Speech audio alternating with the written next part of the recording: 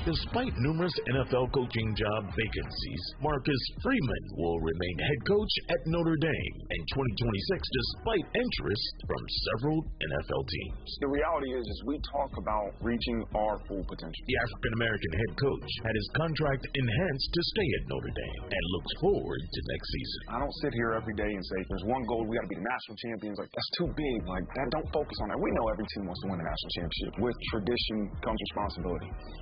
Get your sports at 14 and 44 past each and every hour. I'm Ray Harris on the Black Information Network. Got issues with youth or high school sports? Positive Coaching Alliance can help. PCA, a national nonprofit, offers more than 1,000 free online resources for youth and high school sports coaches, parents, students, and administrators. Visit PCADevZone.org. Hey, KBLA delegation. This is the KBLA Sports Minute with Ray Richardson. The best story in the NBA right now is the Clippers. They won their sixth straight game Monday with a 110-106 win at Washington. The Clippers were part of 9 day games on the NBA schedule Monday that celebrated Dr. Martin Luther King Jr.'s birthday. 36 points and 9 assists for James Harden. The Clippers are 13-2 since December 20th. They've improved to 19-23 and have moved into 10th place in the Western Conference, the final playoff spot in the West. Major props to Clippers coach Ty Lue and his staff for keeping the team above water during some tough times. The Clippers go for 7 straight tonight in Chicago. The Lakers begin an 8-game road trip tonight in Denver. Congratulations to Indiana University. For the first time in the school's 106-year history, they are national champions in football. Indiana beat Miami Monday night 27-21 to cap a 16-0 season. No debates, no speculation, just the info you need. That's your KBLA Sports Minute. I'm Ray Richardson on KBLA Talk 1580. Hi, I'm Tavis, Smiley. You may have heard me talk about the new course I'm teaching, The Art of Conversation. Well, it's here, and I'm holding a live, free preview session on January 26th at 6 p.m. Pacific. Here's why this matters. For almost 40 years, I've made my living having conversations that count. Presidents, activists, artists, people who've changed the world. And I've learned something in the process. Most folk have no idea how to ask a real question, how to listen, how to create a moment. Whether you're building a business, leading a team, hosting a podcast, or just want to connect better, this changes how you show up. It's free, it's live, and I might have a surprise guest joining us. Here's what you do. Go to TavisTalks.com. That's TavisTalks.com. Scan the QR code, click the registration link, and you're in. It's January 26th, 6 p.m. Pacific. I'm keeping this intimate. Don't miss it. I'll see you in class.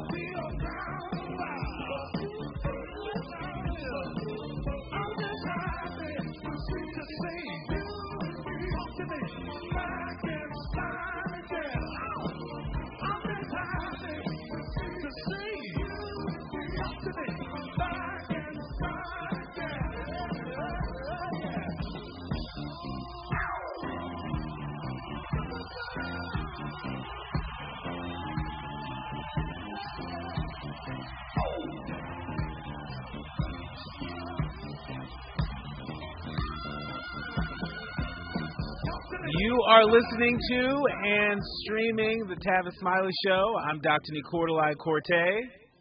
I am your guest host, and I am delighted to be here with you and to be here in good company as well.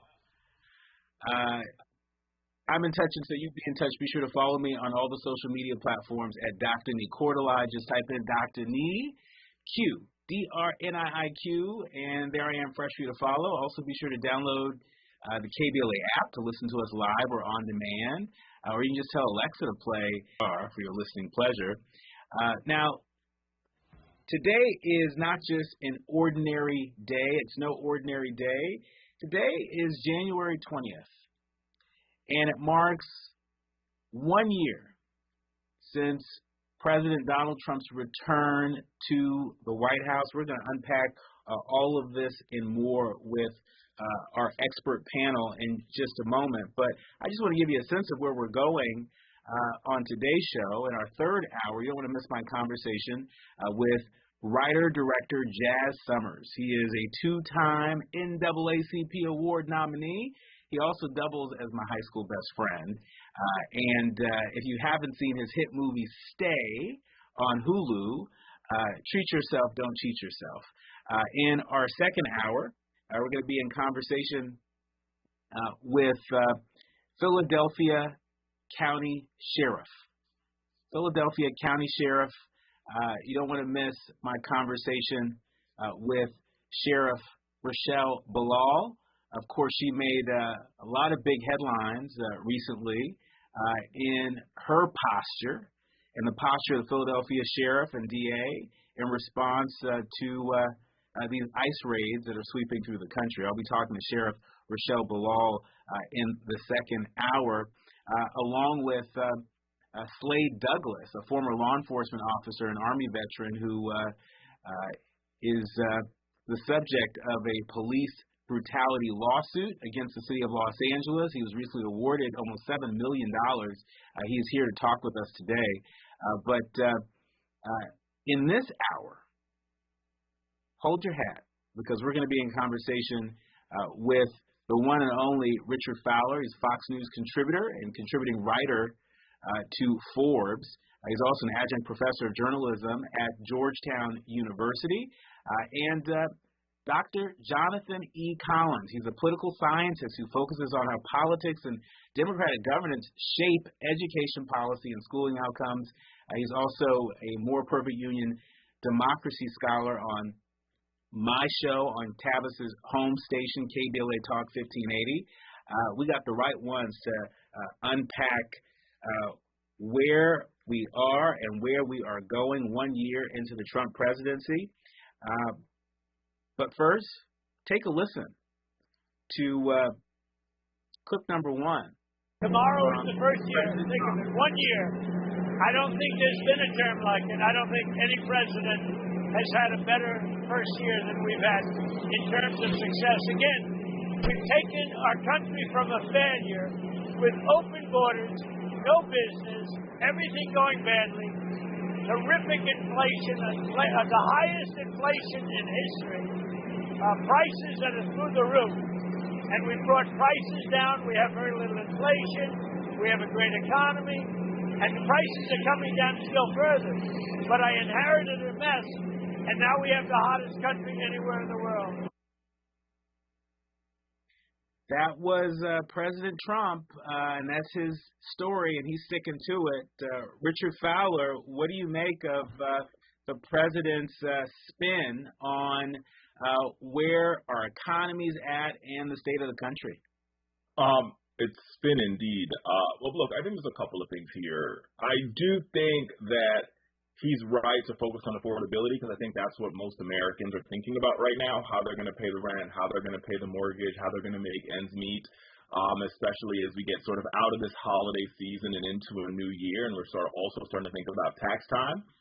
But with that being said, I think the president hasn't sort of met the frustration that a lot of Americans have, because let's be very real, while he's sort of right in that, yes, inflation is down from where it was at its high about 2 years ago as a result of a global pandemic, but prices are still really high right now. And for a lot of Americans, they would rather see this president, as he gets ready to go to Davos, focus more on the issues ailing Americans here at home than they would see him in this sort of foray into foreign policy, wanting to take over Greenland, what people feel is sort of extra extra, I don't even know what to call it, actions that we've seen taking place in Venezuela, where he sort of abducted the leader there. And so I think there's a lot of Americans in this moment that are looking at this presidency and they're asking themselves, is this what America First looks like? And if it is, maybe I want my money back. Well, we know that there are plenty of Republicans out there, not even just Democrats and independents, but plenty of Republicans out there that say that Trump's prospects for more major changes this year are pretty uncertain as the looming midterm elections, as it narrows what's politically possible for the 79-year-old president. Congress looks increasingly deadlocked. Public opposition to his aggressive moves at home and abroad are mounting, and the central issue again for many Americans is cost of living concerns, where he is seeming to defy some pretty easy solutions. When we come forward, Dr. Jonathan Collins, I want to get your reaction to this. The president is taking on some pretty significant headwinds. Will he be able to turn this around between now and November? Your guess is as good as mine. We'll hear what it is when we come forward. You're listening to the Tavis Smiley Show, and I'm your guest host, Dr. Corte, along with our contributors this hour, Richard Fowler and Dr. Jonathan E. Collins. Interrogating and unpacking. That's what we do around here. You're listening to Tavis Smiley. Hi, I'm Tavis Smiley. You may have heard me talk about the new course I'm teaching, The Art of Conversation. Well, it's here, and I'm holding a live free preview session on January 26th at 6 p.m. Pacific. Here's why this matters. For almost 40 years, I've made my living having conversations that count. Presidents, activists, artists, people who've changed the world. And I've learned something in the process. Most folk have no idea how to ask a real question, how to listen, how to create a moment. Whether you're building a business, leading a team, hosting a podcast, or just want to connect better, this changes how you show up. It's free, it's live, and I might have a surprise guest joining us. Here's what you do. Go to TavisTalks.com. That's TavisTalks.com. Scan the QR code, click the registration link, and you're in. It's January 26th, 6 p.m. Pacific. I'm keeping this intimate. Don't miss it. I'll see you in class. Wouldn't it be great if life came with a remote control? You know, you could hit pause when you needed to, or hit rewind, like that time you knocked down that wasp's nest. Uh-oh. Or that time you forgot to roll up your windows in the car wash. Fantastic. Yeah, a remote control would have come in handy then. Well, life doesn't always give you time to change the outcome, but prediabetes does.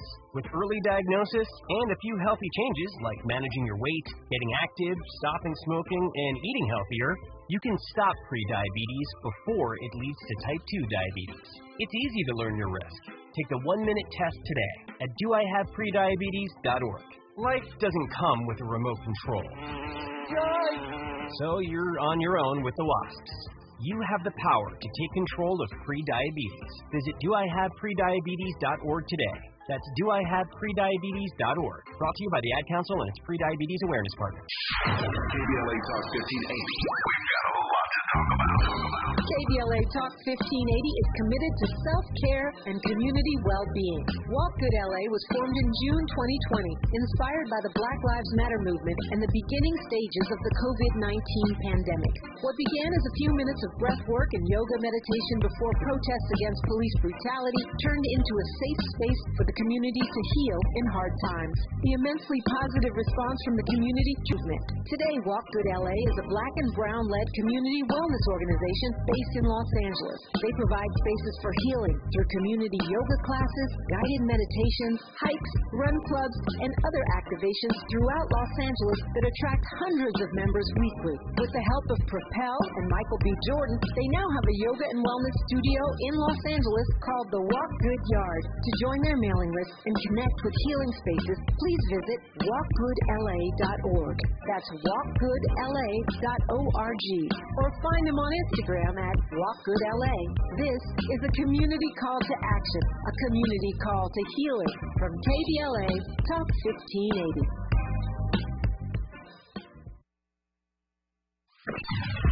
Sometimes you fail to fit in, but we're okay with that. You're inside the Tavis Smiley Show.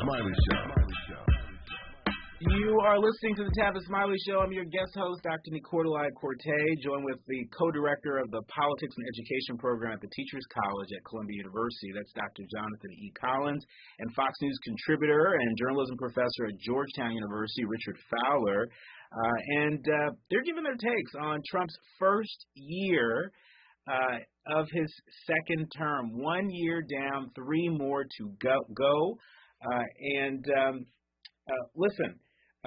Trump is kicking off the year with 59% of Americans disapproving of his job performance. That's according to a recent CBS News YouGov survey released on January 7th. More independent voters now lean towards Democrats, according to a Gallup survey, than Republicans, who held an edge with independents in 2024 but lost it to Democrats in 2025. Read the tea leaves on this, Dr. Collins. Is it a foregone conclusion that this administration is cratering before our very eyes? Well, there's two ways to look at this. I mean, historically, there's nothing new here where we just don't like incumbents. So if you look at polling data, especially presidential approval ratings over time, especially after a new president has entered office, you usually start to see those approval ratings slip. It's kind of the effect of like nobody really likes their boss. Like you like the idea of bringing on a new boss. Everybody's excited about who's going to be in charge, who's going to be the new leader. But nobody actually likes that boss once they're in charge. And that tends to be how presidential approval ratings work. And so the dip in approval from the American public towards Trump is not unprecedented. But I do think it's interesting. Why? Because though it is consistent with what we see in other sort of presidential terms, there's always a different explanation. There's a different causal mechanism. I think when you look at President Trump, there were some things to be potentially excited about. Even if you look at his sort of landmark legislation, which was the One Big Beautiful Bill. First off, I mean, we could have come up with a better name than that, but that's neither here nor there. One Big Beautiful Bill. There were some actually interesting things that addressed sort of affordability at the working class level. You know, there was like the thing that I really liked was the educator tax deduction. So allowing teachers to be reimbursed for out-of-pocket spending that exceeds $300. Before, I think the limit was $300. So he extended that. He extended the child care tax credit from I think $2,000 to $2,200. So not consequential to most, but to some. And the idea of, again, just providing additional support for parents, I think is something that, you know, the middle class Americans and working class Americans can really get behind and support. But then if you look at where most beautiful bill, a lot of defense, a lot of immigration enforcement, and that immigration enforcement investment in particular, we're seeing that not only a waste of money, but we're seeing that money being used to weaponize against everyday Americans, and especially Black and brown Americans. So, you know, the things that are the loudest about, his trademark legislation are things that are causing harm, despite the fact that there are some interesting things in there that I think have promise. And to me, that in a nutshell kind of explains those presidential approvals or the lack thereof. Is that like, hey, you were talking a good game, but the things that you actually put all your chips behind, they're the things that are killing us.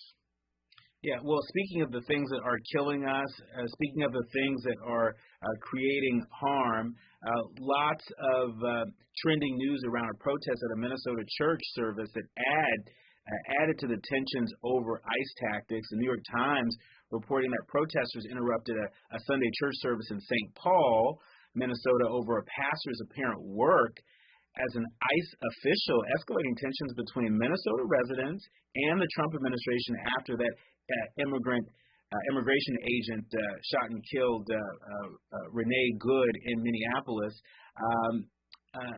Richard, I've got to ask you, how is it that this administration intends to deal with this mess?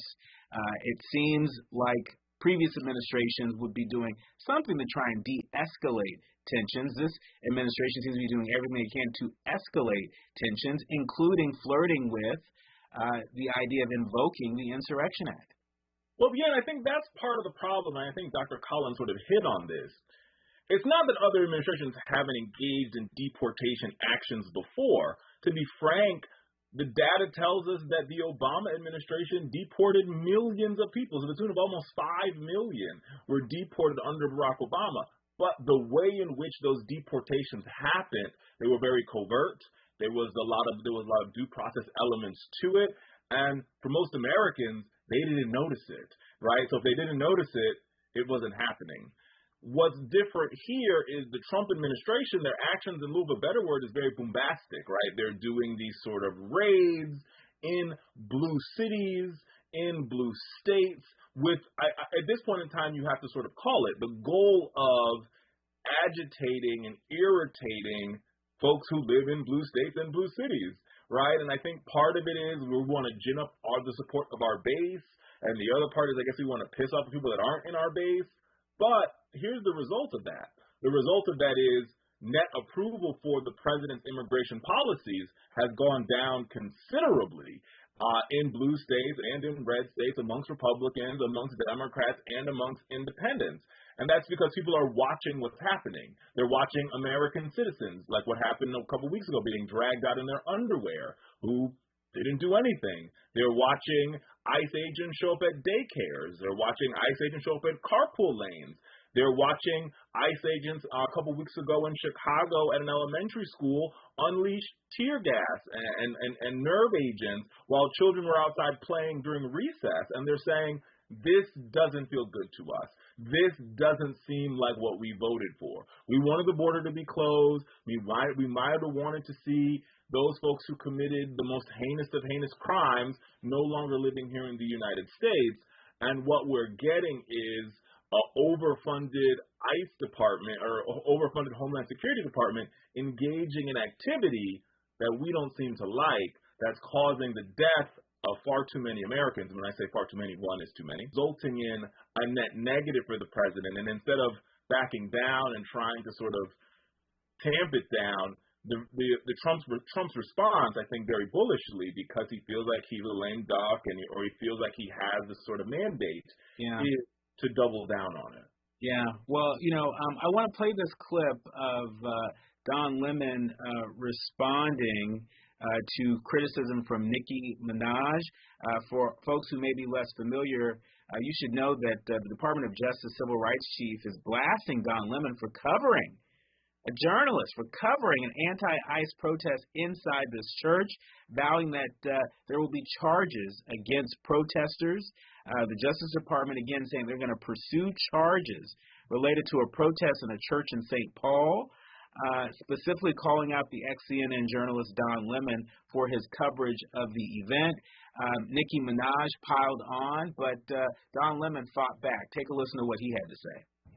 So people have been asking me about responding to Nicki Minaj's unhinged, homophobic tweet about me. I usually don't respond to this stuff, but let me just say this. Nicki Minaj, stop talking about shit for which you know nothing about. This is out of your depth, by the way, and you are a homophobic bigot. You don't care about African Americans, and you're not an African American.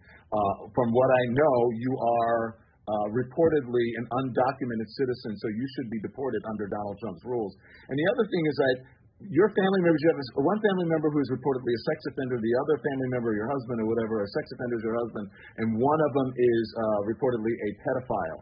And you have nerve to talk about me and what you think that I do? Nicki Minaj, get a life. Stop being a pick-me. You should have put a pick-me doll on that damn tweet instead of a Chucky doll, because you are nothing but a pick-me.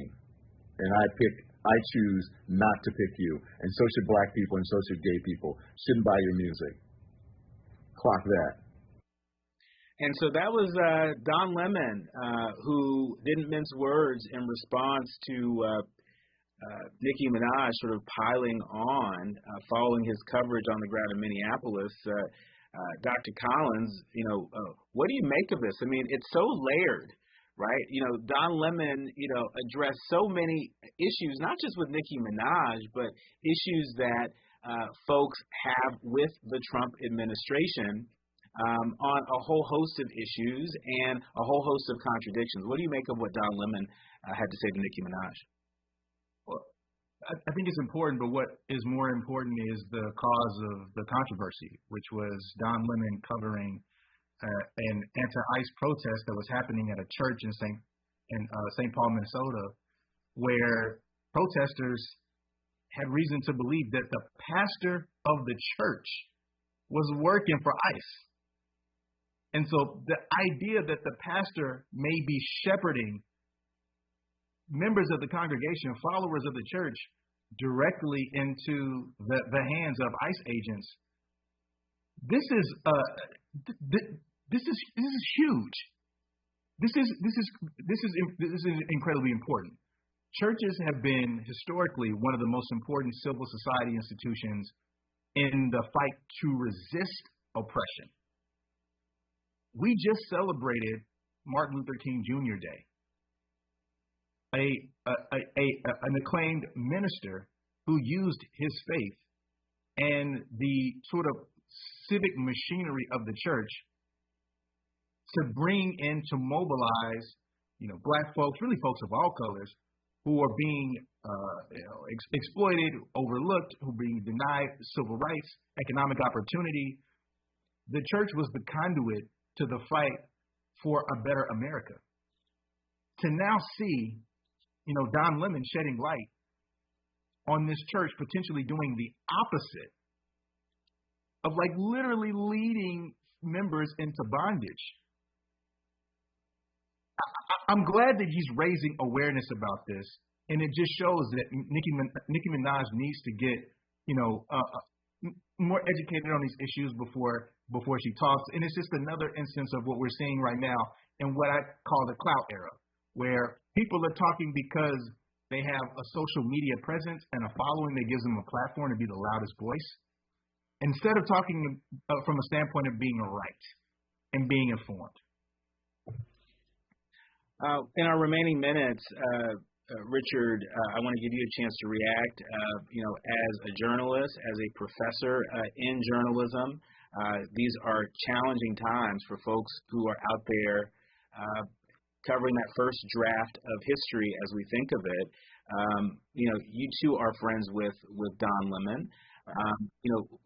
How are you processing the fact that the Department of Justice is looking to investigate Don for doing his job?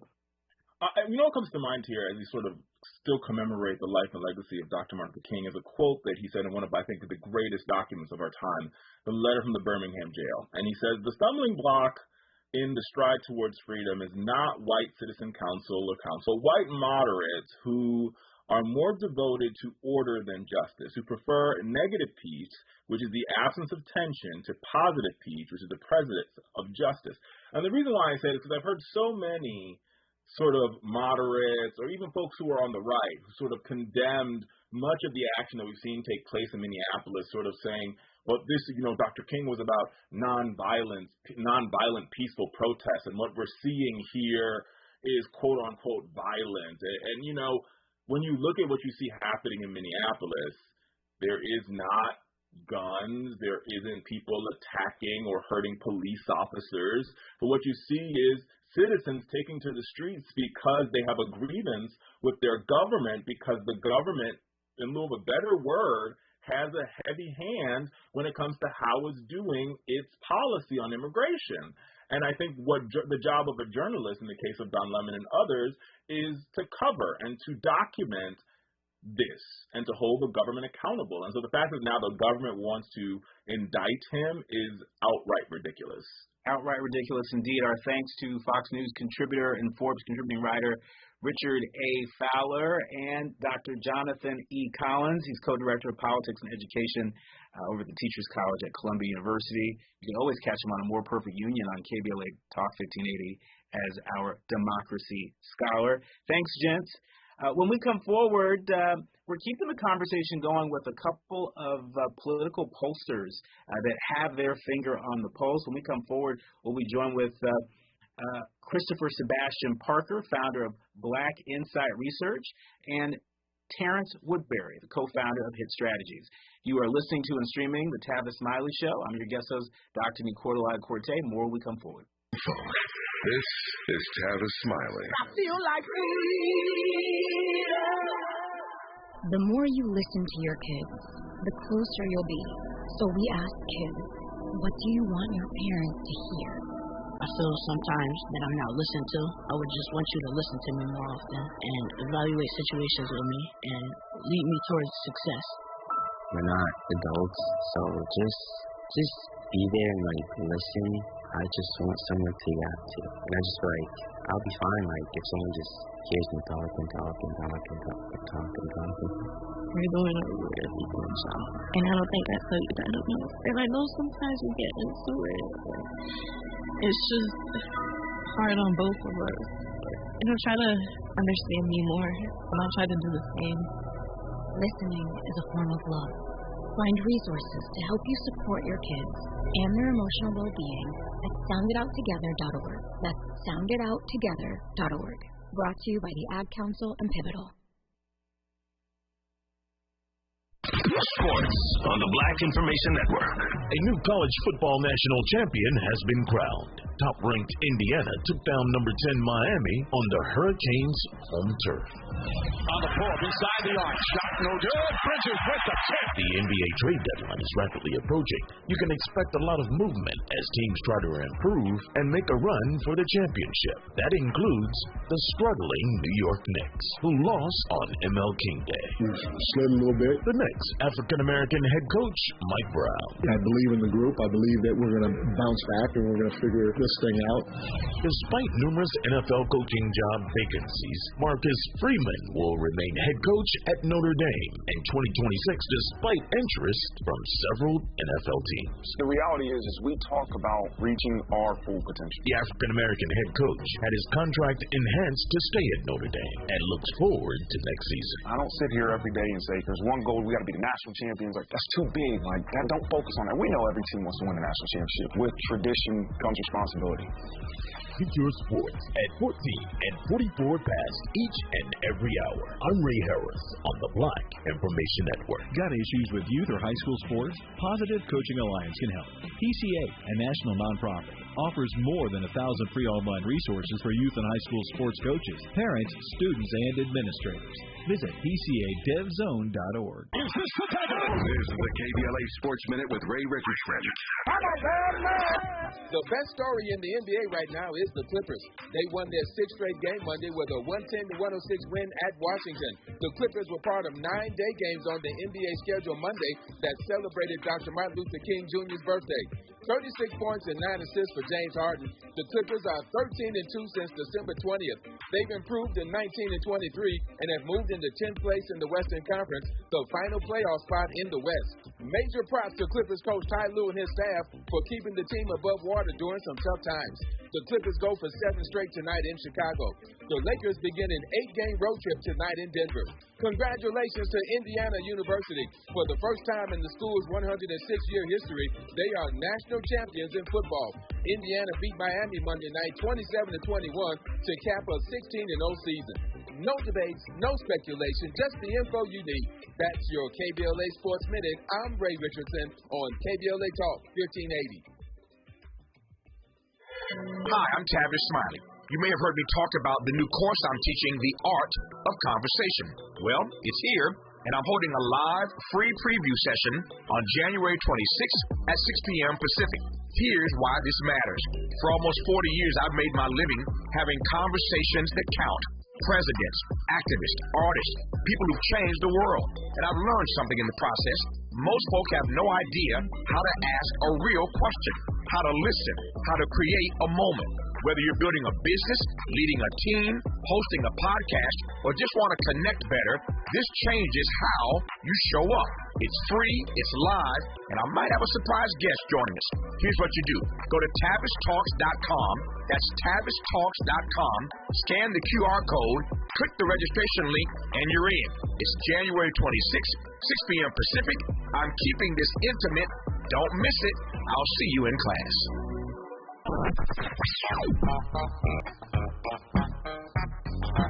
This is KBLA Talk 1580. Talk radio that's music to your ears.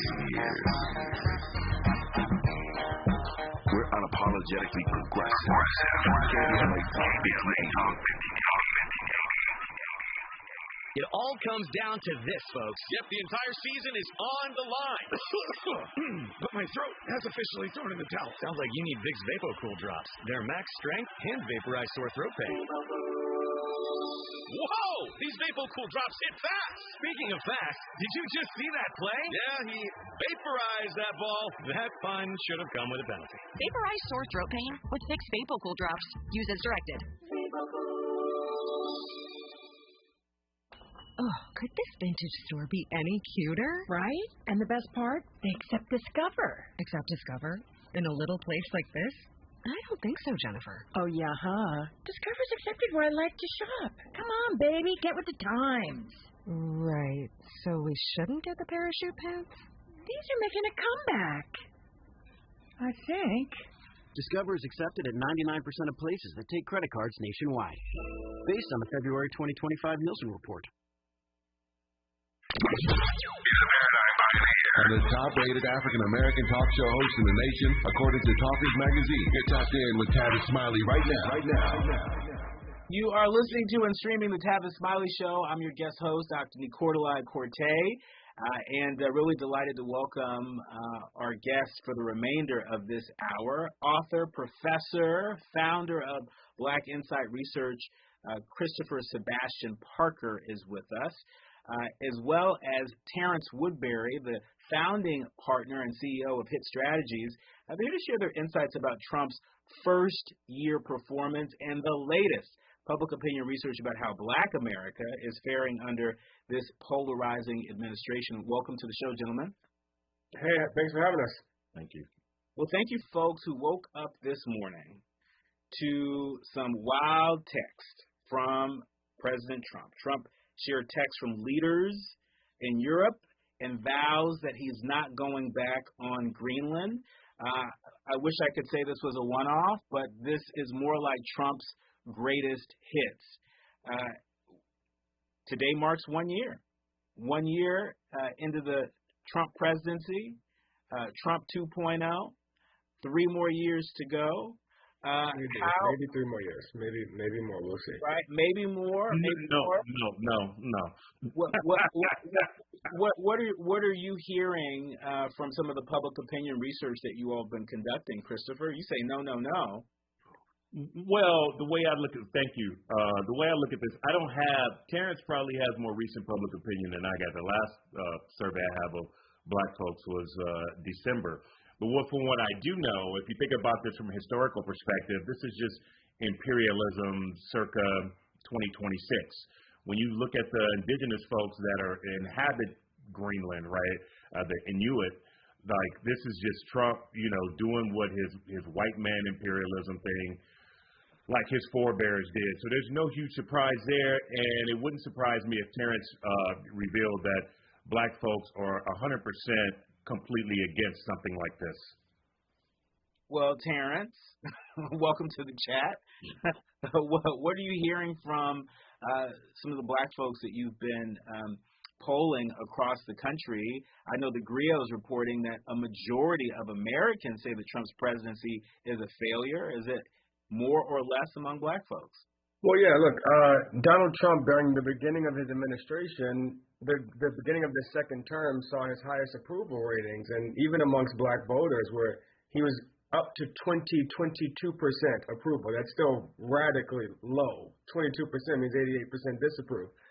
Well, now we've seen that shit. We've seen that even that honeymoon of some Black voters giving him the benefit of the doubt is gone. That, over 90% of Black voters disapprove of what's happening. A majority of voters remain concerned about price and cost, which, while immigration is at the forefront of news coverage, cost and price remain at the forefront of Americans' minds every day. And so, they see a president renovating bathrooms and invading countries and trying to buy other countries while their gas prices continue to go up, egg prices continue to go up, housing costs remain out of control. And so, look, the president is experiencing his lowest approval rating in the history. We saw that reflected in the results of the 2025 elections, where Democrats won in Virginia and New Jersey and in Georgia and New York. And I believe that his approval rating is probably going to be the greatest predictor of what we can expect in 2026 elections as well. And Christopher, maybe you can shed some light on this. What does this mean in terms of his approval rating among MAGA supporters? We know that he made some inroads in the black community, particularly among black men, when it came to support in 2024. What are you seeing in any of the research that you've read, or even the research you conducted in December, that suggests that his grip on MAGA is softening? So let me go backwards for a second. So only 12% of black folks in 2024 voted for him. Let's get that out of the way. It was a slightly higher proportion of black men that did. I want to say, I don't know what Terrence got, but we got around, I want to say maybe 18%. It was 18 to 20%. So he's not getting even a whole lot of support from black men. But relative to black women, yes, number one. Number two, I also wanted to bring up, what's happening in Minneapolis again, right? We had George Floyd, 2020. Of course, we had Philando Castile back then, right around the same time. And then now we have what's happening with ICE and the immigrant protests, right? And protesting on behalf of immigrants, and the murder of Renee Good. And black folks are seeing this, and they're not liking it. Now, let me flip forward to the MAGA folks. This is solidifying his support among MAGA. Well, there are some parts of the MAGA movement that, are foreign policy, shall we say, America firsters, right, where he's shedding some support among them, but it's not clear that they're a majority of the MAGA contingent in the Republican Party to begin with. Yeah. So Terrence, I'm thinking about, sort of the Marjorie Taylor Greene wing of MAGA, who at least, acts as if they are disappointed and withdrawing their support from the president. What are you hearing? What are you seeing in your research that might suggest that the president's grip on his base, on his MAGA base, is softening?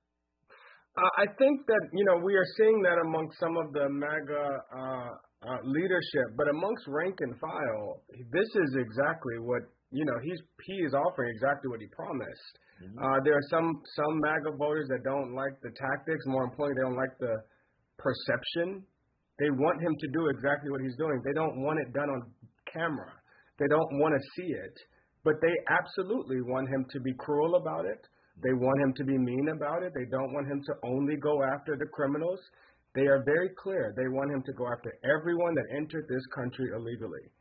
And so that, I don't want to give his here. This is what they voted for. This is what they wanted, and he's delivering that. That said, that there were some folks that are not some folks that voted for Trump are not MAGA, right? He was able to do a little bit better with Latino voters, a little bit better with young voters, specifically Gen Z, where we saw him win for the first time a Republican win a majority of Latino voters under the age of 40. He's the first Republican ever to do that. Well, that is where we have seen the biggest reversal in his approval ratings. Gen Z approval for Donald Trump has dropped by 33 points since January 20 of 2025 to January 20 of 2026. And so we do see some erosion in his coalition, but it's not erosion in MAGA. MAGA is steadfast that this is exactly what they wanted. They just don't like the way it looks on TV. So, Doc, can I jump in there, please, to follow up on Terrence? I'm currently at work on a book on the social and political psychology of MAGA. And he is totally right. Like, their rank and file, they are completely down. They're driven by this thing called status threat, this idea that the America that they've come to know and love is no longer here. It's leaving, right? They feel like their country's been stolen from them, and they see Trump as this sort of messianic figure. He's the last thing standing between them and the rest of us. When we come forward, I want to dig into some other big takeaways. Recently, CNN published their 5 big takeaways from a poll they recently did on Trump's first year. I want to compare this to what Terrence and Christopher are hearing from black voters and the black community at large across the country. You are listening to and streaming the Tavis Smiley Show. I'm your guest host, Dr. Nicordelai Corte. More when we come forward with political pollsters Terrence Woodbury and Christopher Parker. From the Mert Park with love, this is Tavis Smiley.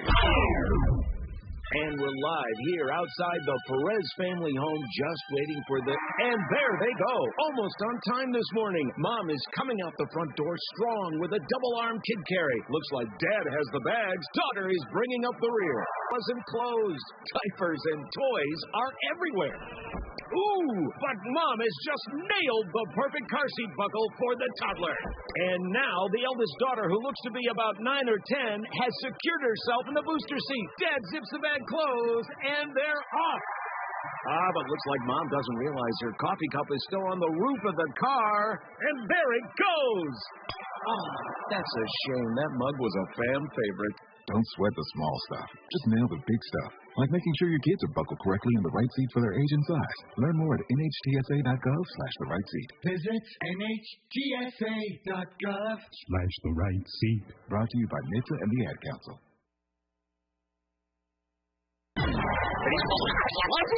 Hey, KBLA delegation, you know what's better than laughing? Laughing while celebrating the legends who made us laugh in the first place. KBLA Talk 1580 is proud to present our annual Black History Month luncheon. And this year, we're honoring comedy greats, trailblazers who broke barriers and funny bones at the same time. You had to grow up early when we was growing up because your parents would send you to the store to buy. You was too young to buy. I want you to go to the store, give me a fifth of gin and a pack of cigarettes. Mama, I'm two. They ain't gonna let me have that. Here, take this note. You be a little boy walking down the street with liquor and cigarettes, and your neighbors be going, that's a good little boy right there. We need a little levity right about now. So we're rolling out the red carpet for comedy royalty. D.L. Hughley, Melanie Camacho, Earthquake, Lunel, Dion Cole, Martin Lawrence, and a surprise guest appearance. It's going up Thursday, February 26th in downtown L.A. at the Grammy Museum. An unforgettable afternoon of stories, celebration, and yes, plenty of laughs. Because let's be real, these legends don't just tell jokes. They have changed the game, opened doors, and made history while making us smile. You gotta go to child support court. You gotta get there real early in the morning. You see brothers going in the court. You see them come out 3 hours later. I can't pay this. Let me talk to you, baby. Please, let me talk to the witness, John. Let me talk to the witness. Brother be working for 3 weeks, get his check is $43. This year, for the first time ever, we have set aside a limited number of individual tickets for the luncheon. They are going to go fast, and when they're gone, they're gone.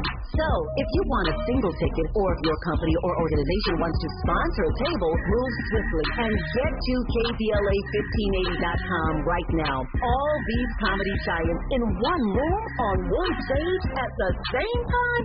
Stop it! This event is going to sell out quicker than right now and sooner than at once. KBLA Talk 1580's annual Black History Month luncheon, Thursday, February 26th at the Grammy Museum. It's gonna be legendary, just like them. What's up? What's up? What's up? You got to laugh the pain away.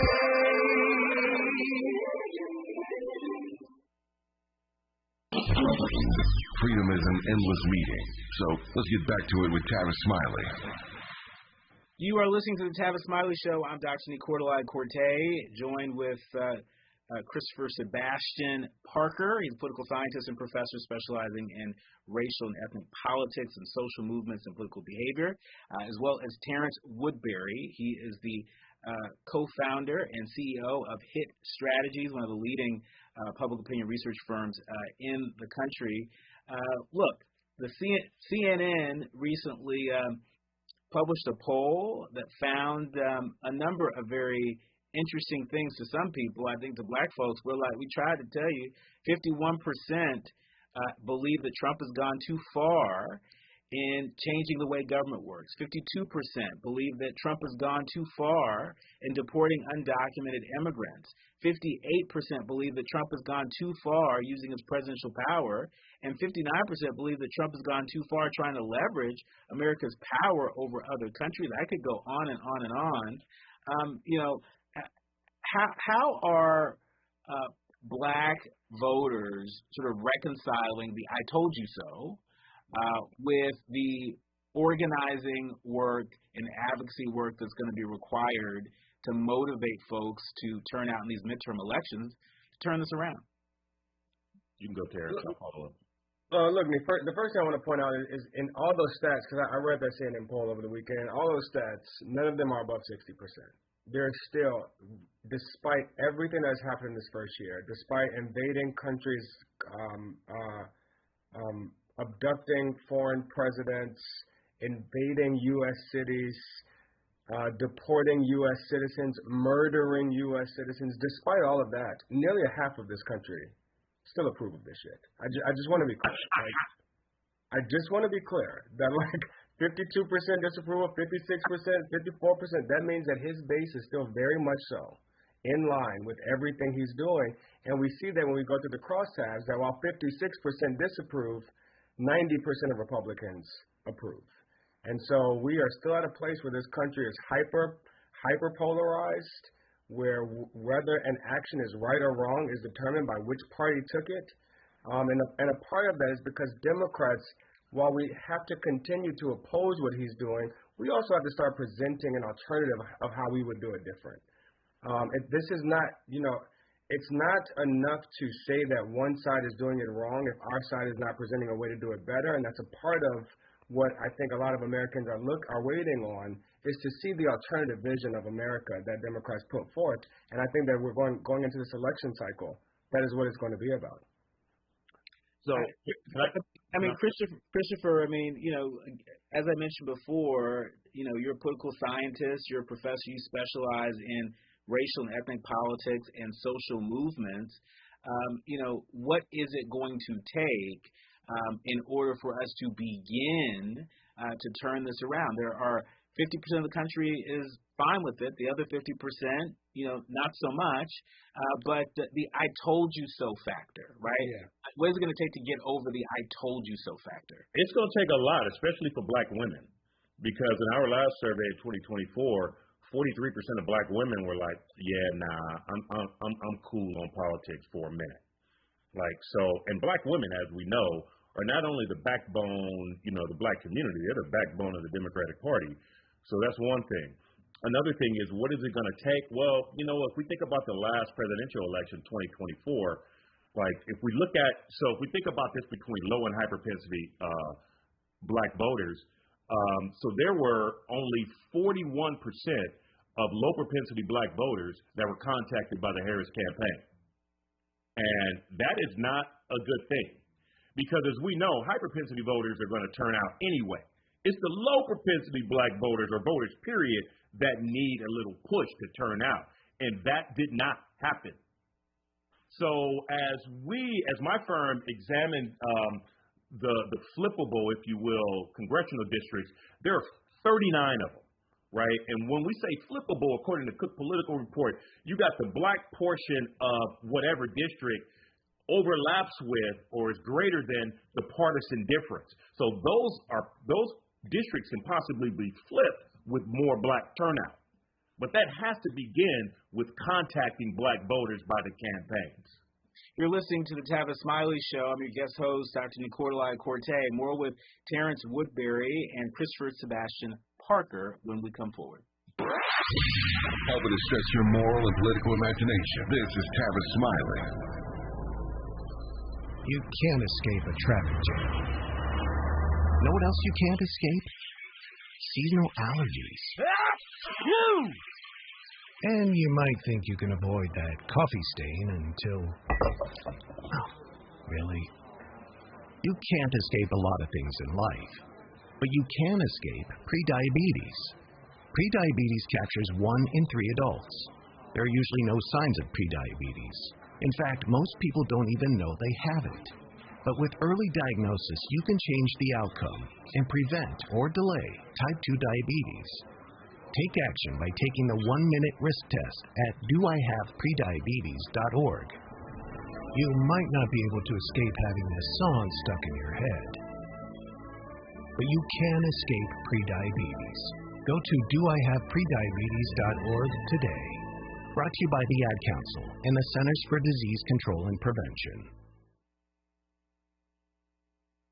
KBLA Talk 1580. We've got a lot to talk about. KBLA Talk 1580, connecting you with services and solutions. LA County's new Justice Care and Opportunities Department, or JCOD, is here to support justice-involved individuals and their families. The JCOD Support Center is now taking calls at 1-833-LACJCOD. That's 1-833-522-5263. Available 7 days a week from 6 a.m. to 11 p.m., the Support Center is your one-stop shop for reentry issues and court support. They offer court reminders, connections to local services, transportation assistance for housing, court appearances, and childcare. The JCOD hotline provides personalized help to connect you with services that you need. And don't forget to check out justiceconnect.org for more information. Remember, it's free and available every day at 1-833-522-5263. This is a community call to action from KBLA Talk 1580. Attention. Have you racked up $10,000 or more in credit card debt? Are you barely getting by making minimum payments? With credit card debt reaching all-time highs, National Debt Relief is notifying consumers about significant debt relief options currently being made available to help those with overwhelming credit card debt. These options may reduce a large portion of credit card debt for those who qualify. You don't need to declare bankruptcy or take out a consolidation loan, and you may only have to pay back a fraction of what you owe, even if you have bad credit. National Debt Relief has already reduced the credit card debt for more than 550,000 consumers, so don't wait.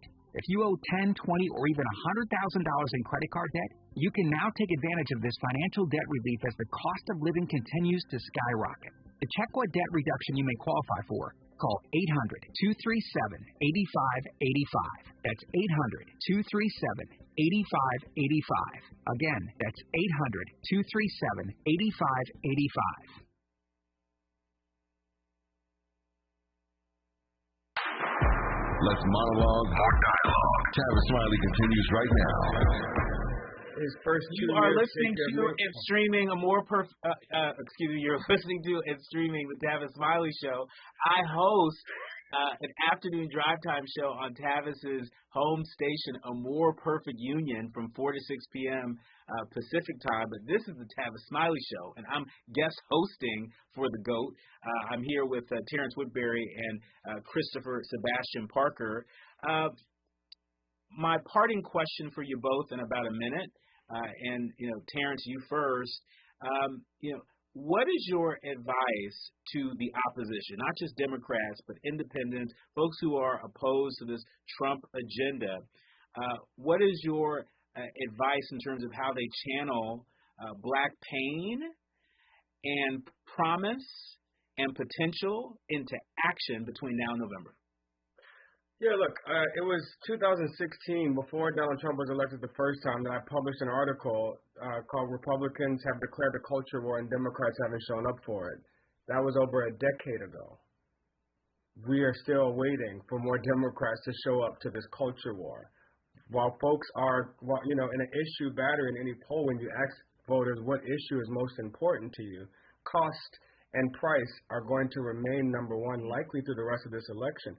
That does not mean that black folks are not worried about, the soul of this nation, about where we are going and what it means for their children. That doesn't mean that white voters are not concerned about their children living in in a society where our differences are tearing us apart. In focus groups every day, I ask the first question I ask in every focus group is, what is keeping you up at night? And oftentimes it's prices, but more often now I am hearing division and polarization and potential civil war. People are afraid that this country is ripping at the seams, and Democrats have to put forth a vision of how we put it back together. How do we live together in harmony again, and not just try to beat each other at every single game, at every single issue, at every single turn. In order for Americans to win, we are going to have to win together. The black ones, the white ones, the red ones, the blue ones, all that stuff Barack Obama was talking about back in that convention speech. Yeah, we're going to have to leave it there. Christopher, parting thought? 20 seconds. I mostly agree with Terrence. I think that, however, the more symbolic concerns, pun intended, trump, these more material concerns. Like, I completely agree. Black folks are really about an existential threat to the black community. That will get folks out to vote. I promise you that. Yeah. My thanks to Christopher Sebastian Parker and Terrence Woodbury, two of the brightest minds in political research and public opinion research. Please come back again soon. Thanks for having us, and shout out to the GOAT, Tavis Smiley, for having us on the program. Yeah, that's right. Yeah. So where is Tavis at? What is he? Yeah, he is not here. You're listening to we appreciate you and his presence, Dr. More will Lee. come forward. KBLA 1580 Santa Monica. Sports on the Black Information Network. A new college football national champion has been crowned. Top-ranked Indiana took down number 10 Miami on the Hurricanes' home turf. On the pull, inside the arc. Shot no good. Bridges with the tip. The NBA trade deadline is rapidly approaching. You can expect a lot of movement as teams try to improve and make a run for the championship. That includes the struggling New York Knicks, who lost on MLK Day. We've slid a little bit. The Knicks' African-American head coach, Mike Brown. I believe in the group. I believe that we're going to bounce back and we're going to figure this thing out.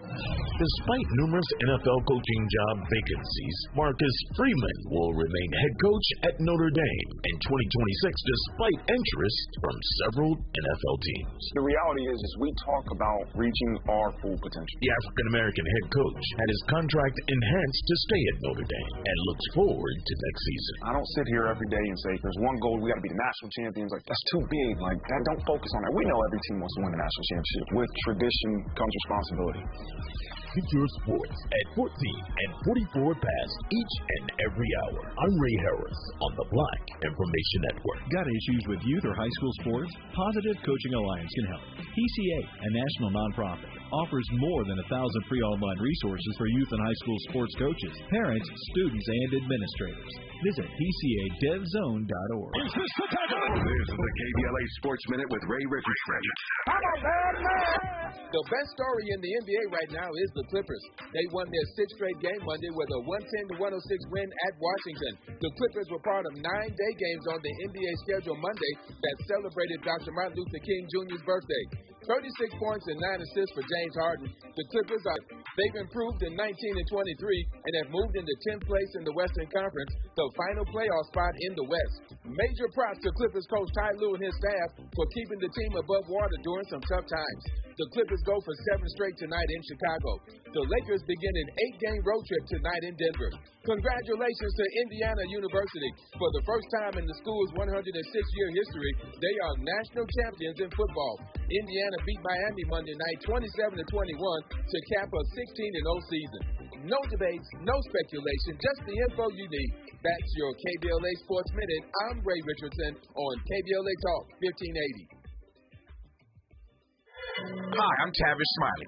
You may have heard me talk about the new course I'm teaching, The Art of Conversation. Well, it's here, and I'm holding a live, free preview session on January 26th at 6 p.m. Pacific. Here's why this matters. For almost 40 years, I've made my living having conversations that count. Presidents, activists, artists, people who've changed the world. And I've learned something in the process. Most folk have no idea how to ask a real question, how to listen, how to create a moment. Whether you're building a business, leading a team, hosting a podcast, or just want to connect better, this changes how you show up. It's free, it's live, and I might have a surprise guest joining us. Here's what you do. Go to TavisTalks.com. That's TavisTalks.com.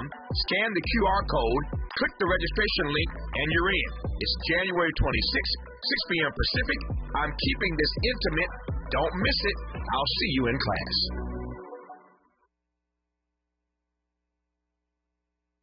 The blackness gave the game on.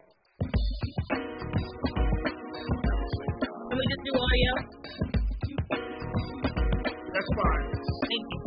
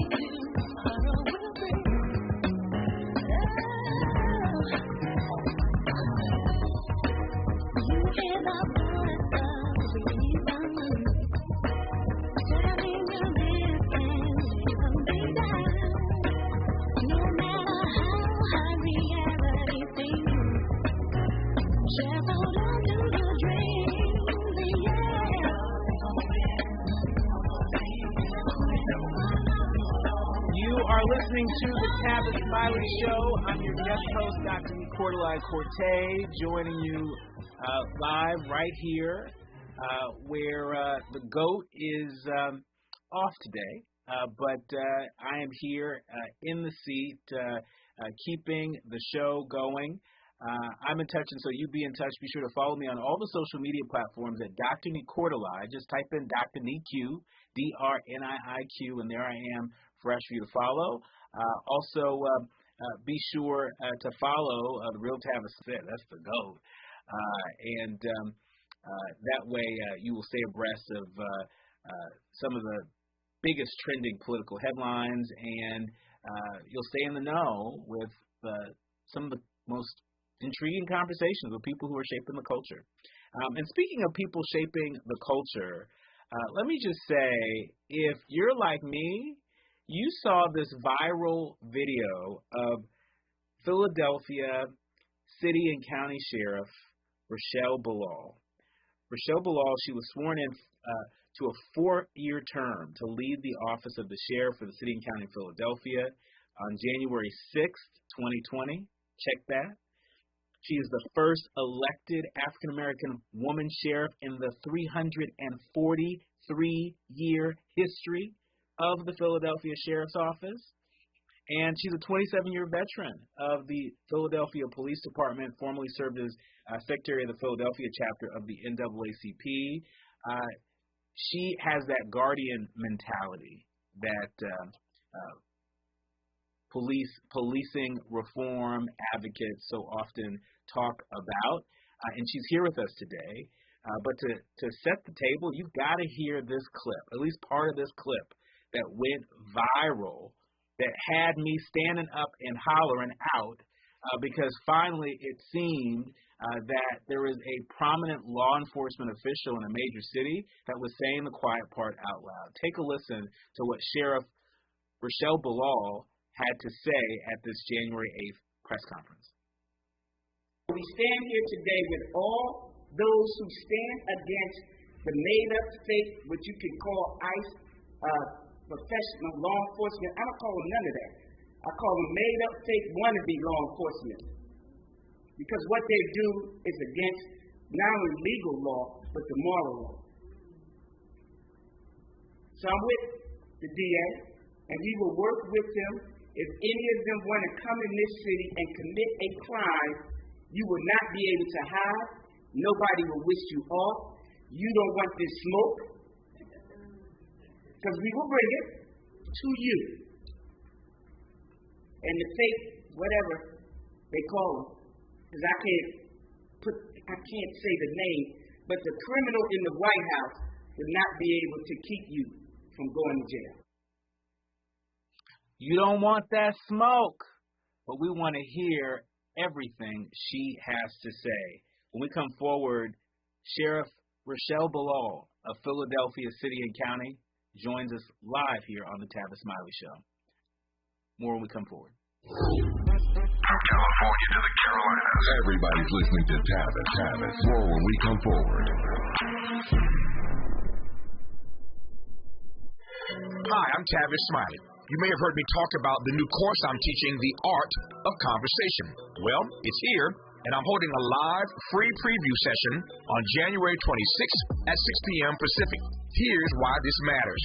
For almost 40 years, I've made my living having conversations that count. Presidents, activists, artists, people who've changed the world. And I've learned something in the process. Most folk have no idea how to ask a real question, how to listen, how to create a moment. Whether you're building a business, leading a team, hosting a podcast, or just want to connect better, this changes how you show up. It's free, it's live, and I might have a surprise guest joining us. Here's what you do. Go to TavisTalks.com. That's TavisTalks.com. Scan the QR code, click the registration link, and you're in. It's January 26th, 6 p.m. Pacific. I'm keeping this intimate. Don't miss it. I'll see you in class. Wouldn't it be great if life came with a remote control? You know, you could hit pause when you needed to, or hit rewind. Like that time you knocked down that wasp's nest. Or that time you forgot to roll up your windows in the car wash. Fantastic. Yeah, a remote control would have come in handy then. Well, life doesn't always give you time to change the outcome, but prediabetes does. With early diagnosis and a few healthy changes like managing your weight, getting active, stopping smoking, and eating healthier, you can stop prediabetes before it leads to type 2 diabetes. It's easy to learn your risk. Take the 1-minute test today at doihaveprediabetes.org. Life doesn't come with a remote control. So you're on your own with the wasps. You have the power to take control of prediabetes. Visit doihaveprediabetes.org today. That's doihaveprediabetes.org. Brought to you by the Ad Council and its Prediabetes Awareness Partners. It all comes down to this, folks. Yep, the entire season is on the line. But my throat has officially thrown in the towel. Sounds like you need Vicks VapoCool drops. They're max strength and vaporize sore throat pain. Whoa! These VapoCool drops hit fast! Speaking of fast, did you just see that play? Yeah, he vaporized that ball. That fun should have come with a penalty. Vaporize sore throat pain with Vicks VapoCool drops. Use as directed. Oh, could this vintage store be any cuter? Right? And the best part? They accept Discover. Accept Discover? In a little place like this? I don't think so, Jennifer. Oh, yeah, huh? Discover's accepted where I like to shop. Come on, baby, get with the times. Right. So we shouldn't get the parachute pants? These are making a comeback. I think. Discover is accepted at 99% of places that take credit cards nationwide. Based on the February 2025 Nielsen report.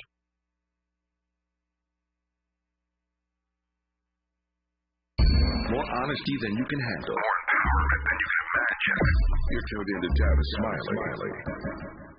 You are listening to and streaming the Tavis Smiley Show. I'm your guest host, Dr. Nicordelai Corte, and I could hardly sleep because I knew that today I was going to be in conversation with Sheriff Rochelle Bilal of the City and County of Philadelphia. Moments ago, you just heard the clip that has gone viral, the clip that's been heard around the world. Sheriff Bilal, thank you for joining us. Thank you for having me. And so, first things first, what's been the response to your viral moment, to your comments that have resonated with so many people, so many folks out there, were taken aback by the fact that finally someone in leadership in law enforcement from a major city was saying the quiet part out loud. What have you heard from the people, and what have you heard from other law enforcement leaders across the country in the wake of your comments? First of all, I think a lot of people were shocked that a law enforcement professionals will have the gall to speak out against what we are seeing today. We have had no problems with immigration up until 11 months ago. They did it properly. They had a warrant. They notified our office, and basically they followed the procedure. What we've been seeing now erodes the trust, not only in our communities, but it also erodes the trust of law enforcement in our communities. This hurts us. When most people are seeing this, it hurts them. It also hurts us. So what I've been getting around the country, you could basically divide between who is saying what. Those that see what I'm saying and speaking out on are overwhelmed support of me as a person here in the city, as a law enforcement professionals. Those MAGA people, they ain't so happy. First of all, because a black woman said it, other law enforcement around the country are now beginning to make statements. You see it in Pennsylvania, they're not signing on to work with ICE agent or supporting what's going on. You see it, Minneapolis chief now says, the people here, now they're starting to speak out, but the only person that's being attacked there is the black woman that said it first. Mm-hmm. Sheriff Bilal, what's your reaction to reports that the Philadelphia Police Department is creating some distance after what some folks call a very bizarre press conference that you were a part of. There are reports that the Philadelphia Police Department reaffirmed its authority after your comments on masked officers sparking confusion and public debate. What's your reaction to that? First of all, most people around the country do not understand the uniqueness in this city because I'm city and county. You have a city and county agency all in one in this city. Most people just have a county, other people just have a city. We have city and county. This office is a city and county agency within the city. And when I spoke out, they first thought, oh, let me call the police and start screaming and howling at them. When the commissioner basically was saying, I take it as positive, because it need to say, look, we're the police department, and the sheriff is an elected position within the city, so that they can distinguish who is saying what. So I didn't take it negatively. I think he need to show the difference because most people didn't know. But it doesn't stop me from being who we are here, and it doesn't stop us from doing our job here in the city. But there are also reports that Police Commissioner Kevin J. Bethel, he released a clarification after what he described as a flood of national inquiries about law enforcement authority in the city. He made clear that you are an elected politician and neither a member of the Philadelphia Police Department nor have the authority or jurisdiction over crime fighting in the city, which is run by what he said are the real police officers of the Philadelphia Police Department. Do you suspect that the tactics that are being employed by ICE, the confusion and fear and terror that is creating in cities across the country, do you think that it will continue to drive a wedge between law enforcement agencies, fundamentally making communities less safe?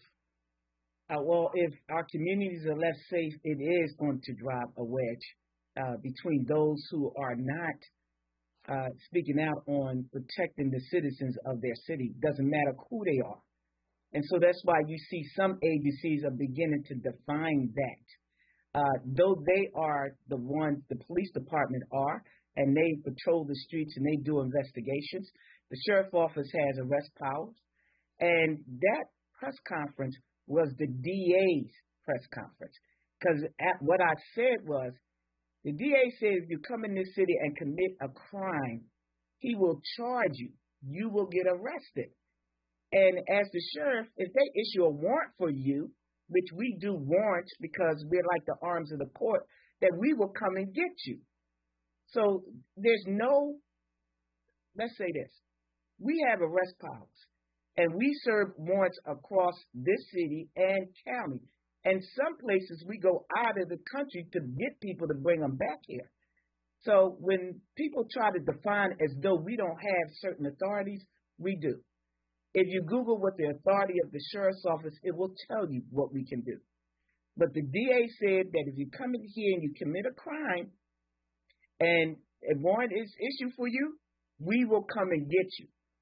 So I don't know where some of that headspace is, and I'm not going to even imagine that or even put my own stuff into believing what he said or couldn't say. Mm-hmm. I know what it is that we can do here. And being a law enforcement professional, don't forget I was 27 years in the Philadelphia Police Department. So I do know the rules. And I do have the rules here in reference to what my deputies can do. If they are in front of them, they have the authority and they have the obligation to arrest somebody committing a crime in their presence. So, look, we're going to do our job to protect the citizens of the city. That's it. Sheriff Bilal, speaking of protecting the citizens from the city, President Trump has threatened to invoke the Insurrection Act. A lot of folks are seeing this as sort of a nuclear option when it comes to its impact to law and order in communities across the country.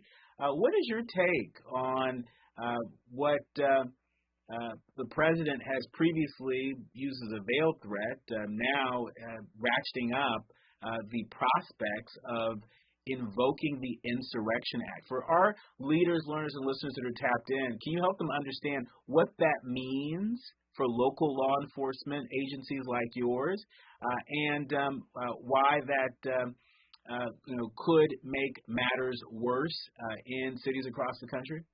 It could make matters worse across the country. The Insurrection Act is like a direct attack on those that are citizens who are protesting peacefully. Their First Amendment right to do so. You're trying to stop people from doing their First Amendment right as protests against things they're seeing around the country. That's, to me, is ironic, because if you want to send troops over to Iraq to help those that are protesting over there, but yet here in the United States you want to make it an insurrection act to stop people from peacefully protesting. That's saying, talking out of two mouths, two heads. That's like making it more difficult. It erodes the trust of law enforcement, and it constantly hurts everybody. It does.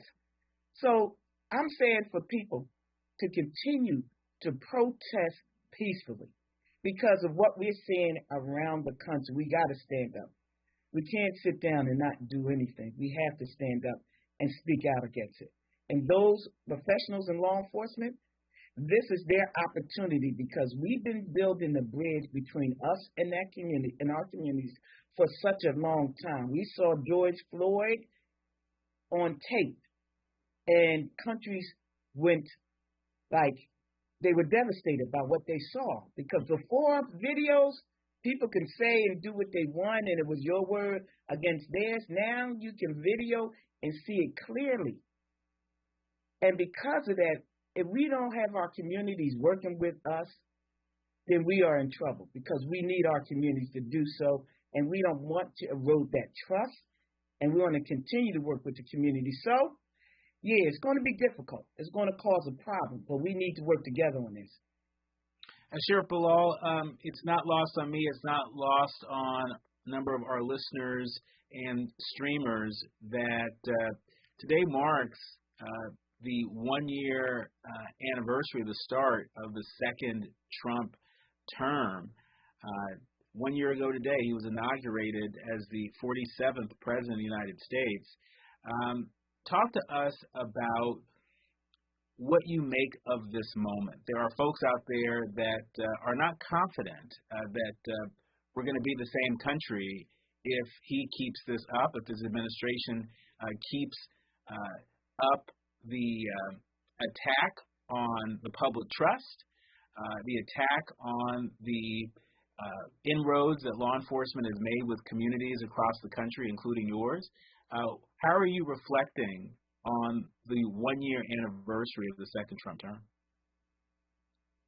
You know what? I'm trying to ensure that our communities are safe, ensure that we need to begin to work more closely together. I think history has shown that if we all work together closely and stand up, that no tyrant, no wannabe king, no dictator can stop us from moving forward in our lives and in our communities. So, and it's a pivotal moment in our country. We have a constitution and a democracy that, I don't know if you hear that noise, that we have to stand up and work together. This is a time where if you got a difference with anybody in your community, in your circle, then you need to let that go, and we all got to come together.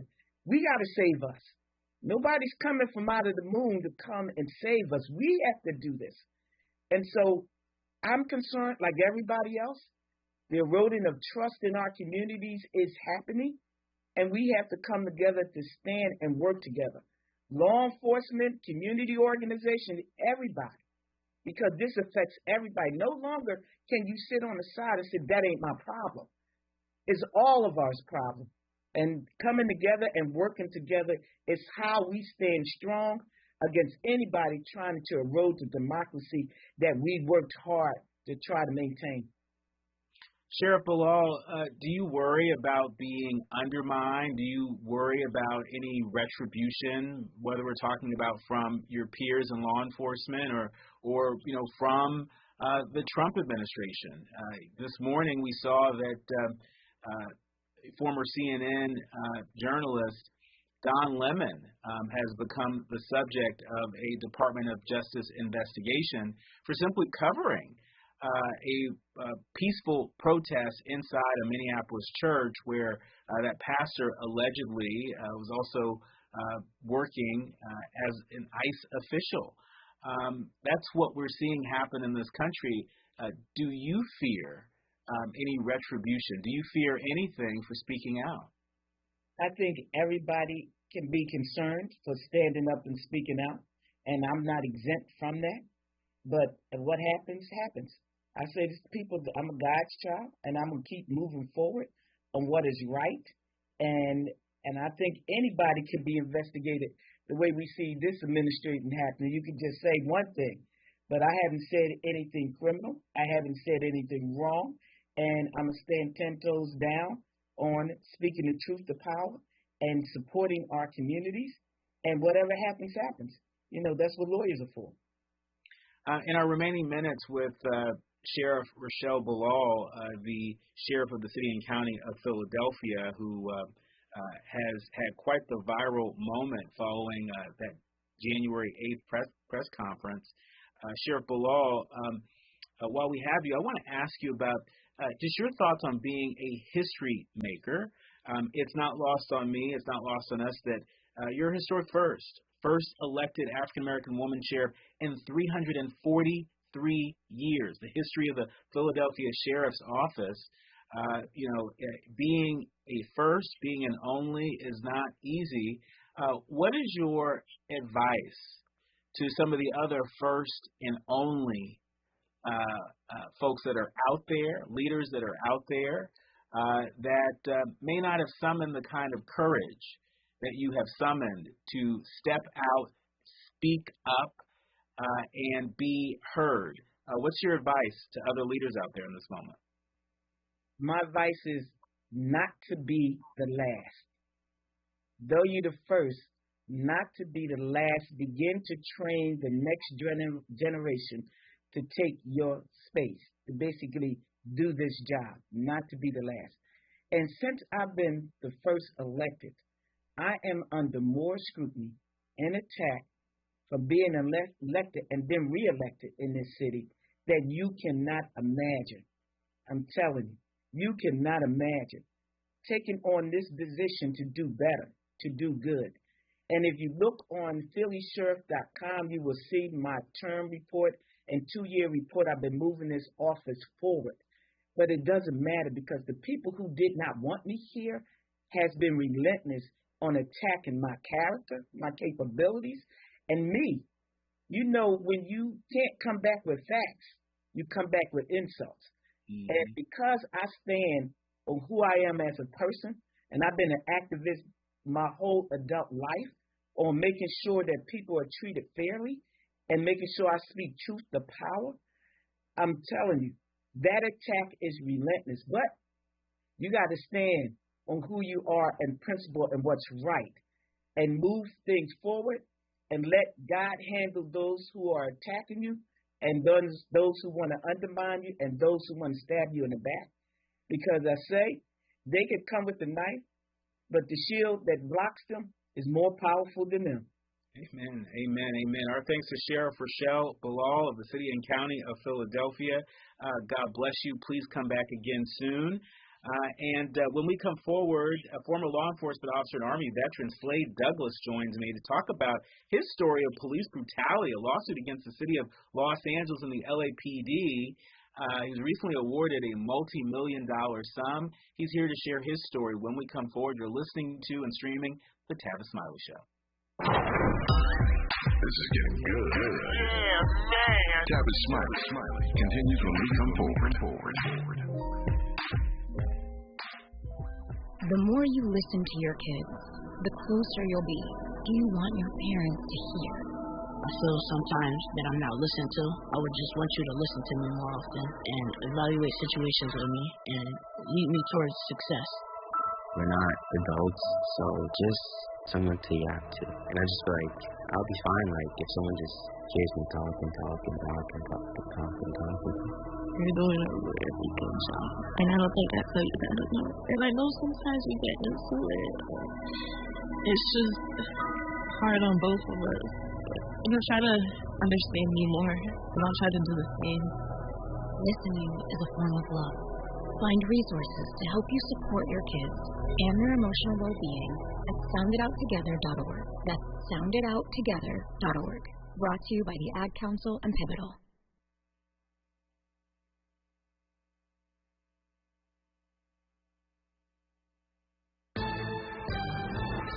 I'm Bree Wood with BIN News Now. A federal appeals court hears arguments today on Texas's new Ten Commandments law, which requires public schools to display the Bible verse. State Senator Phil King wrote the law to bring back the historical tradition of recognizing our national heritage. Texas and Louisiana face lawsuits claiming the measure violates the First Amendment. Black former Attorney General Eric Holder says the Trump administration is trying to resegregate America, accusing it of attacking the Voting Rights Act and disenfranchising black and brown voters. He spoke at an MLK Day event in D.C., also slamming ICE tactics.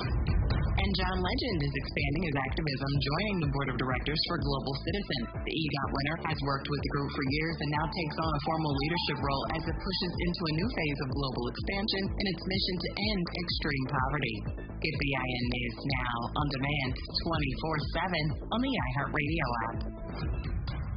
Got issues with youth or high school sports? Positive Coaching Alliance can help. PCA, a national nonprofit, offers more than 1,000 free online resources for youth and high school sports coaches, parents, students, and administrators. Visit PCADevZone.org. This is the KBLA Sports Minute with Ray Richardson. The best story in the NBA right now is the Clippers. They won their sixth straight game Monday with a 110-106 win at Washington. The Clippers were part of 9 day games on the NBA schedule Monday that celebrated Dr. Martin Luther King Jr.'s birthday. 36 points and 9 assists for James Harden. The Clippers are 13-2 since December 20th. They've improved in 19-23 and have moved into 10th place in the Western Conference. The final playoff spot was Coach Ty Lue and his staff for keeping the team above water during some tough times. The Clippers go for 7 straight tonight in Chicago. The Lakers begin an 8-game road trip tonight in Denver. Congratulations to Indiana University. For the first time in the school's 106-year history, they are national champions in football. Indiana beat Miami Monday night 27-21 to cap a 16-0 season. No debates, no speculation, just the info you need. That's your KBLA Sports Minute. I'm Ray Richardson on KBLA Talk 1580. We've got a lot to talk about. I'm Reverend Gerald, the life coach. Is someone you love struggling with addiction and mental illness? Is improving your family's health important? Want to leave a legacy that your family can grow? Are you ready to enhance your perception of life experiences? Then wake up weekends at 7 a.m. with Urban Family Focus and get the wisdom, opportunity, resources, and motivation to live your best life. Join the conversation on Urban Family Focus Saturday and Sunday at 7 a.m. Unapologetically progressive. KBLA Talk 1580. We've got your black. It all comes down to this, folks. Yep, the entire season is on the line. But my throat has officially thrown in the towel. Sounds like you need Vicks VapoCool drops. Their max strength and vaporize sore throat pain. Whoa! These VapoCool drops hit fast. Speaking of fast, did you just see that play? Yeah, he vaporized that ball. That fun should have come with a penalty. Vaporize sore throat pain with Vicks VapoCool drops. Use as directed. Oh, could this vintage store be any cuter? Right? And the best part? They accept Discover. Accept Discover? In a little place like this? I don't think so, Jennifer. Oh, yeah, huh? Discover's accepted where I like to shop. Come on, baby, get with the times. Right, so we shouldn't get the parachute pants? These are making a comeback. I think. Discover is accepted at 99% of places that take credit cards nationwide. Based on the February 2025 Nielsen report.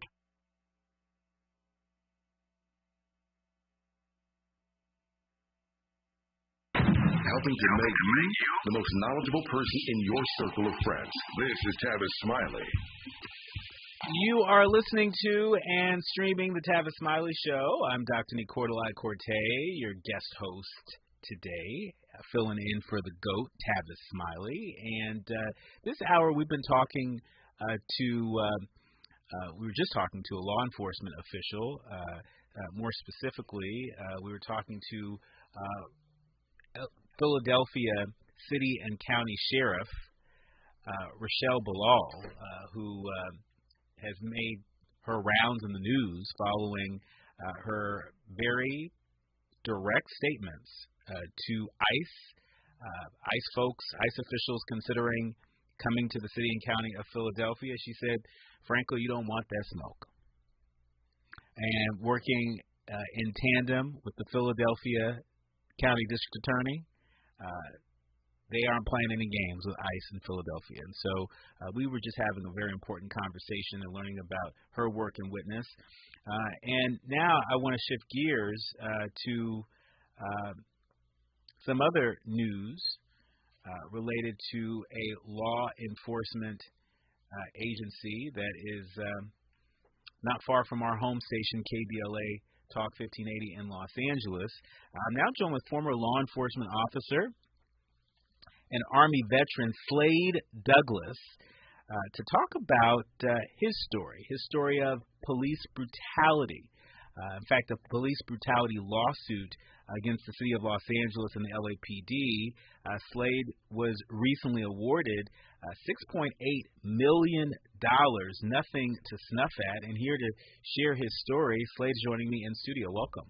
Thank you for having me.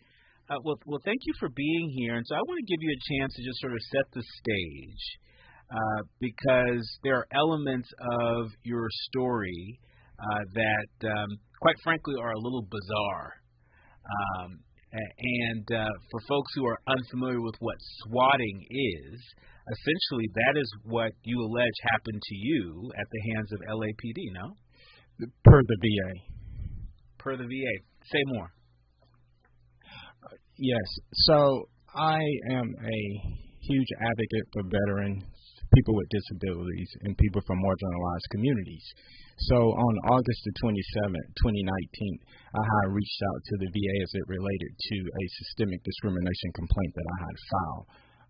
During that phone call, I was having a conversation with a VA representative by the name of Rhonda Meeks, and I was telling her about my claims of discrimination. She became openly hostile toward me, and during that juncture, she asked me if I were suicidal.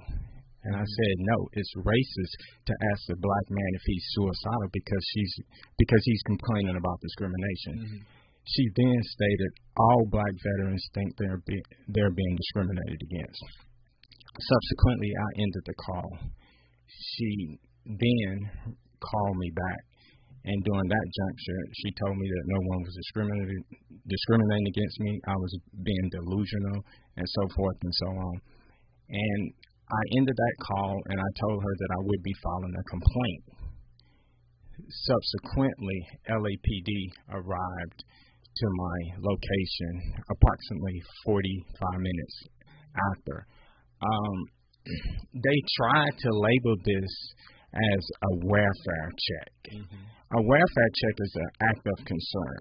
A welfare check is simply if I've made contact with you, I was unable to make contact with you, I wanted to make sure that you're okay. However, swatting is designed to cause harm to a person. In fact, it's an unlawful act, and California is covered under California Penal Code 1483, which is prompting a false emergency response. So, swatting is a huge thing that actually happens, and this is why we need good law enforcement officers to ensure that all our rights are being protected and we're not subjected to these abuses of power by law enforcement. I think if you recall, in Texas, a few years back, it was Miss Jefferson. She was age 28. A neighbor had called because she had her screen door left open. And that subsequently led to her death because we had an officer who was clearly not there to protect the public, to protect the people, to uphold the Constitution, and he actually shot her through the window, and she was playing video games with her nephew. And so this is a huge problem that constantly goes on, but what the city does to shield police misconduct, they use labels like welfare check or mental health concern, as opposed to taking accountability and saying, we got it wrong. We abused our power. What can we do to make it right? Because we are the taxpayers, and we pay these people, these institutions, to act with integrity, uphold our rights, and to protect our rights and uphold the law. And so for our listeners who may not be familiar with the term, swatting, essentially it's a false emergency response. It's creating a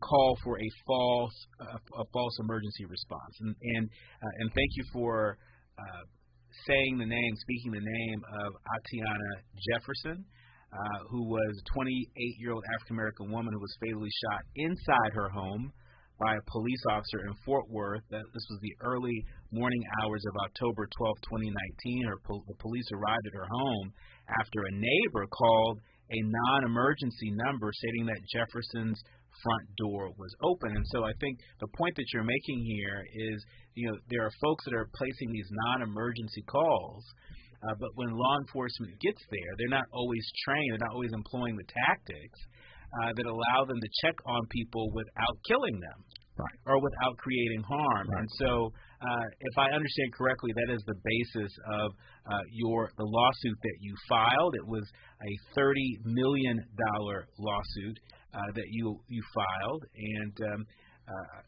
you were awarded $6.8 million, correct? Correct. And so, talk to us about the abuse that you endured. So the police, LAPD, they come out to do this so-called welfare check. They end up taking you into custody. And tell the people what happened while you were in custody. Okay. So the so-called welfare check, so what happens as it relates to that, when they knock on the door and I answered, they cannot even use welfare justification inside the private home. The Supreme Court in 2021 in Connigley versus Strong stated that welfare check justification does not apply in the private home. The community care doctrine actually applies in the public. So what they're doing, which is a systemic abuse by city leadership and officials, is allowing these cops to act with impunity by labeling retaliatory acts by law enforcement.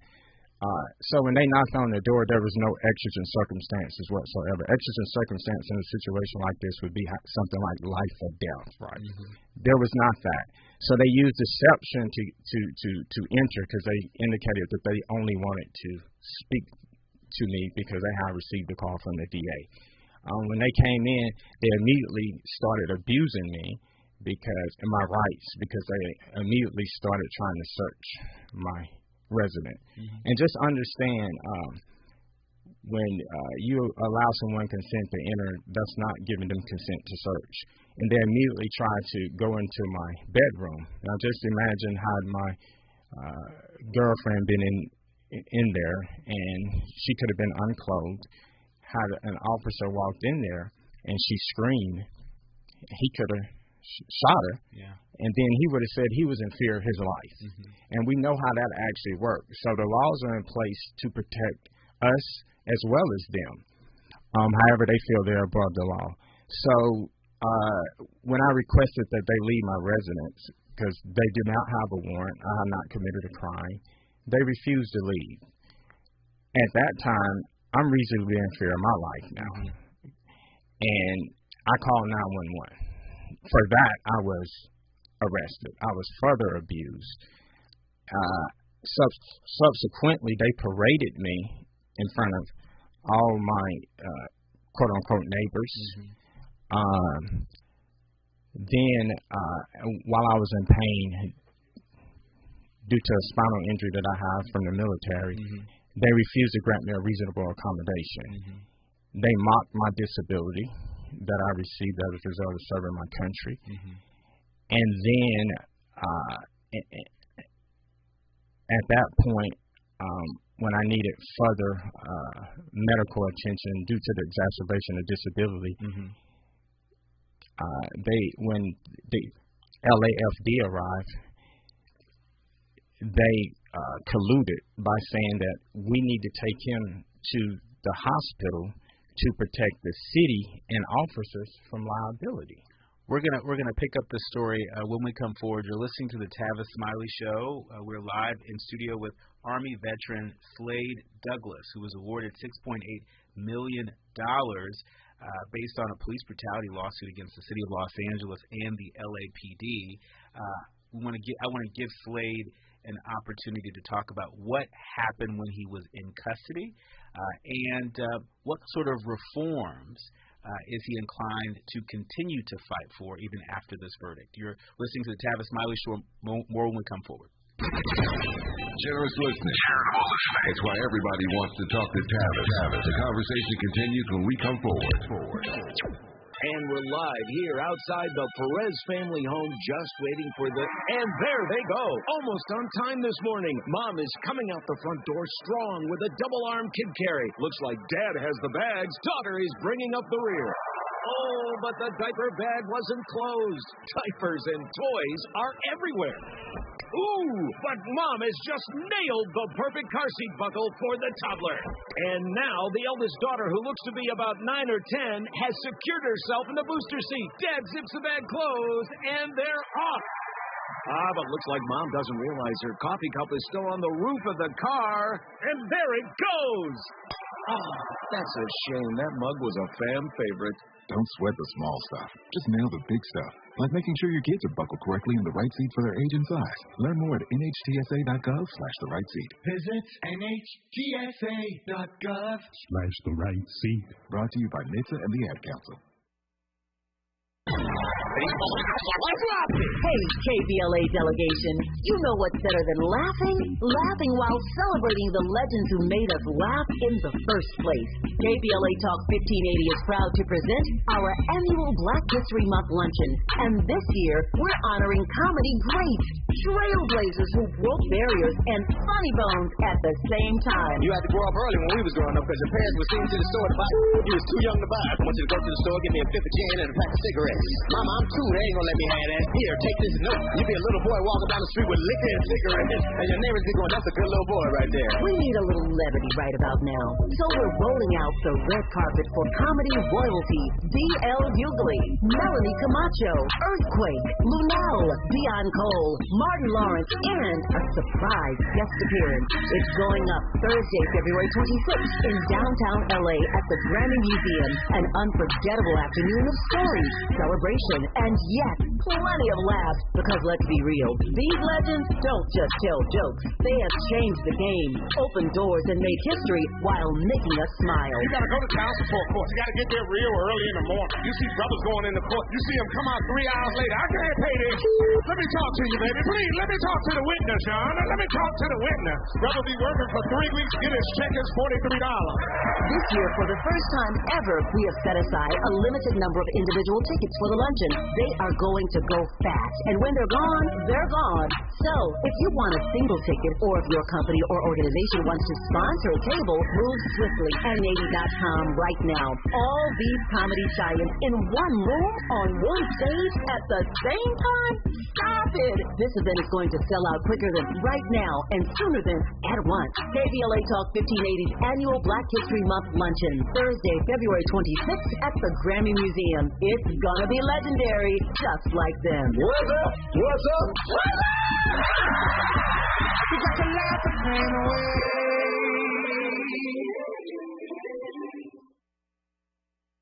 Made fresh daily in the Mert Park, Los Angeles, California. You're listening to Tavis Smiley. You're listening to the Tavis Smiley Show. I'm Dr. Nicordelai Corte, your guest host, and really honored that Slade Douglas, Army veteran Slade Douglas, is here today. He's a former law enforcement officer and Army vet who just won a $6.8 million lawsuit against the city of LA and LAPD. If you feel any way that I do, the fact that a non-emergency phone call to the police department turned into allegations of abuse and misconduct by the folks who take the oath to protect and serve is alarming, and rightfully so. Slade, quickly tell us what happened when you were in custody. Yes, and so then, when they took me to the hospital, the LAPD officers told the medical staff that they needed to find something in my system to justify the arrest. While I was double handcuffed to the gurney, I was injected a total of 9 times. At that point, obviously I was in and out of conscious. And they ended up doing a full work of toxicology testing, including a sexual assault by instrument or rape by instrument by inserting a catheter into my genitals. And also that's actually covered as well under California Penal Code 289 to the purpose to humiliate, violate, and abuse. So, and they did that again to try to find drugs in my system. What did they find? Absolutely none. I've never used drugs a day in my life. And I was confined for a total of 7 hours. Wow. And they did not allow me to make a call. They never read me any rights. Again, it was clear that this was the Dred Scott situation. I had no rights in which they were bound to respect. I'm really sorry that you had that experience. And while there are a lot of people that might read this story and say, okay, well, you got $6.8 million, right? But money doesn't heal these sorts of wounds. Absolutely. Right? And so what is your aftercare? What does it look like? What has recovering from this traumatic experience, what does that look like for you? I understand there will never be a recovery from it. The person who I was on August the 27th, that person no longer exists. The thing that keeps me going is my faith in God and continuing doing everything I can to help make this world a better place, such as yourself and others do at the station as well. When we come forward, I want to get into that, the things that you're doing to make the world a better place. Now that you're closing this chapter in terms of the lawsuit that you filed and won against the City of Los Angeles and the Los Angeles Police Department, I want to know what's next. What's next for you, and how can our leaders, learners, and listeners, how can they tap in to be a part of the reform movement that you're leading? You're listening to the Tavis Smiley Show. I'm your guest host, Dr. Nicolai Corte. More with Army veteran Slade Douglas when we come forward. Why does Tavis say, when we come forward? Because he's not going back. And you don't have to go back either. Forward ever, backward never. More of Tavis Smiley when we come forward. You can't escape a traffic jam. Know what else you can't escape? Seasonal allergies. And you might think you can avoid that coffee stain until... Oh, really? You can't escape a lot of things in life, but you can escape prediabetes. Prediabetes captures 1 in 3 adults. There are usually no signs of prediabetes. In fact, most people don't even know they have it. But with early diagnosis, you can change the outcome and prevent or delay type 2 diabetes. Take action by taking the 1-minute risk test at doihaveprediabetes.org. You might not be able to escape having this song stuck in your head, but you can escape prediabetes. Go to doihaveprediabetes.org today. Brought to you by the Ad Council and the Centers for Disease Control and Prevention. Lena Bloom for the Bail Project. Imagine you're stuck in a jail cell and you can't afford bail and someone offers you a way out. Just plead guilty and you can go home and kiss your kids goodnight. What do you do? What thousands have. You plead guilty whether you are or not.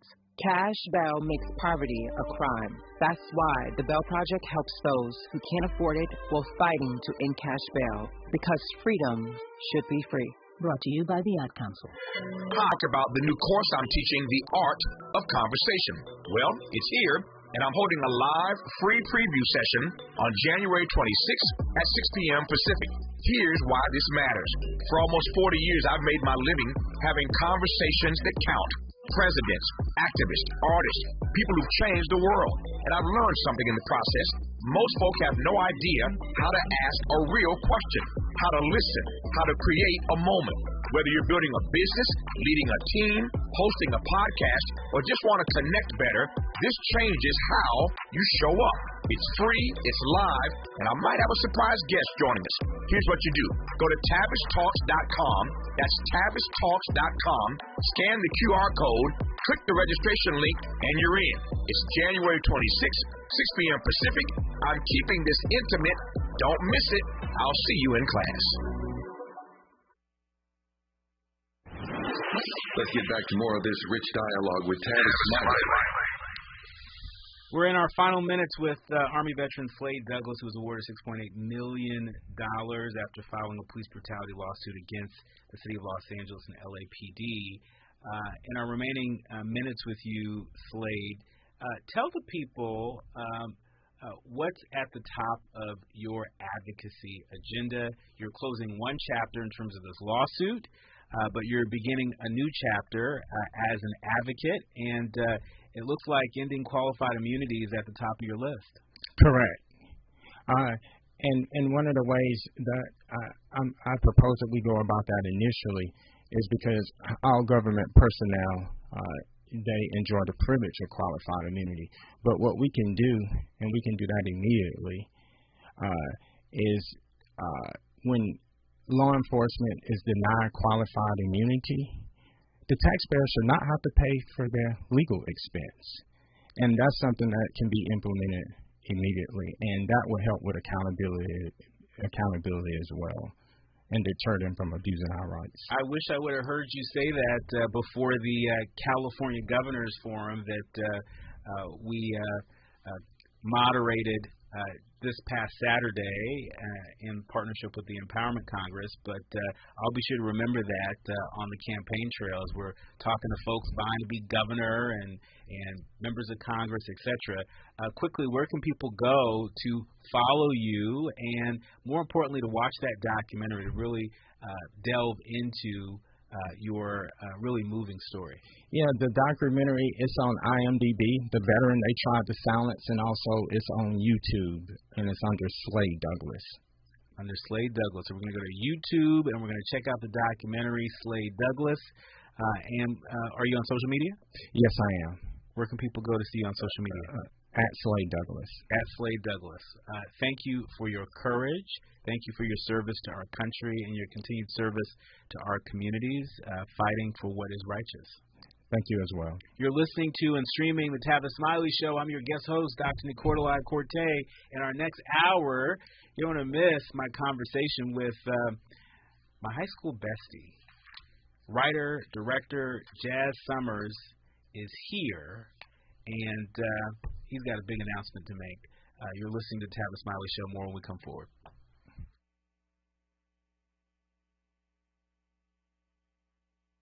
KBLA 1580 Santa Monica. I'm Bree Wood with BIN News Now. A federal appeals court hears arguments today on Texas's new Ten Commandments law, which requires public schools to display the Bible verse. State Senator Phil King wrote the law to bring back the historical tradition of recognizing our national heritage. Texas and Louisiana face lawsuits claiming the measure violates the First Amendment. Black former Attorney General Eric Holder says the Trump administration is trying to resegregate America, accusing it of attacking the Voting Rights Act and disenfranchising black and brown voters. He spoke at an MLK Day event in D.C., also slamming ICE tactics.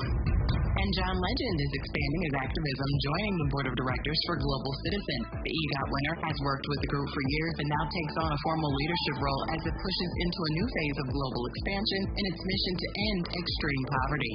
Get BIN News now on demand 24/7 on the iHeartRadio app. Got issues with youth or high school sports? Positive Coaching Alliance can help. PCA, a national nonprofit, offers more than 1,000 free online resources for youth and high school sports coaches, parents, students, and administrators. Visit PCADevZone.org. This is the KBLA Sports Minute with Ray Richardson. The best story in the NBA right now is the Clippers. They won their sixth straight game Monday with a 110-106 win at Washington. The Clippers were part of 9 day games on the NBA schedule Monday that celebrated Dr. Martin Luther King Jr.'s birthday. 36 points and 9 assists for James Harden. The Clippers are 13-2 since December 20th. They've improved in 19-23 and have moved into 10th place in the Western Conference, the final playoff spot in the West. Major props to Clippers coach Ty Lue and his staff for keeping the team above water during some tough times. The Clippers go for 7 straight tonight in Chicago. The Lakers begin an 8-game road trip tonight in Denver.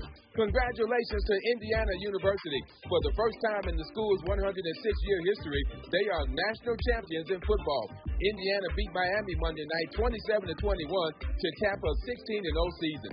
No debates, no speculation, just the info you need. That's your KBLA Sports Minute. I'm Ray Richardson on KBLA Talk 1580. Hi, I'm Tavis Smiley. You may have heard me talk about the new course I'm teaching, The Art of Conversation. Well, it's here, and I'm holding a live, free preview session on January 26th at 6 p.m. Pacific. Here's why this matters. For almost 40 years, I've made my living having conversations that count.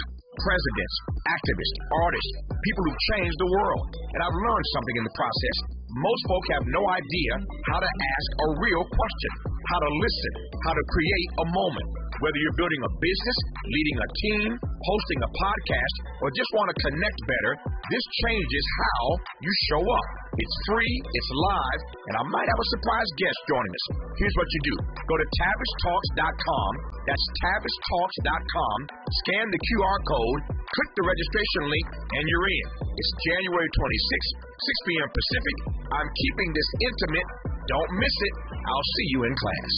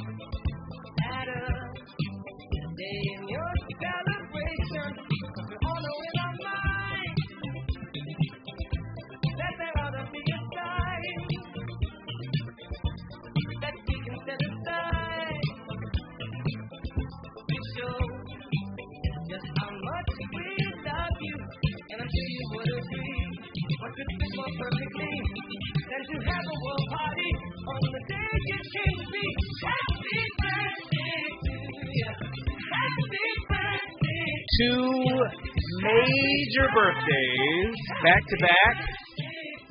Of course, we're still celebrating the afterglow of Dr. Martin Luther King Jr.'s federal holiday, celebrating his birthday. But another great man celebrated a birthday just yesterday. Our featured guest for the hour. We'll get to him in just a moment, but I want to welcome all of you to the Tavis Smiley Show. The GOAT is not in the house today, but I am filling in as his guest host. I'm Dr. Nicordelai Corte, host of A More Perfect Union, heard in afternoon drive time on Tavis's home station, KBLA Talk 1580. I also serve as White House correspondent, so if you see me shuttling between L.A. and Washington, D.C., that's likely a big part of the reason why. And we have had a terrific time filling in for Tavis today. And we started by going through some of the biggest political headlines. We talked to some of the leading political pollsters in the country. And we even had a conversation exclusive with Philadelphia County Sheriff Rochelle Bilal, who you all might remember went viral with her statement saying basically ICE don't want that smoke in Philadelphia. And we just heard from Slade Douglas,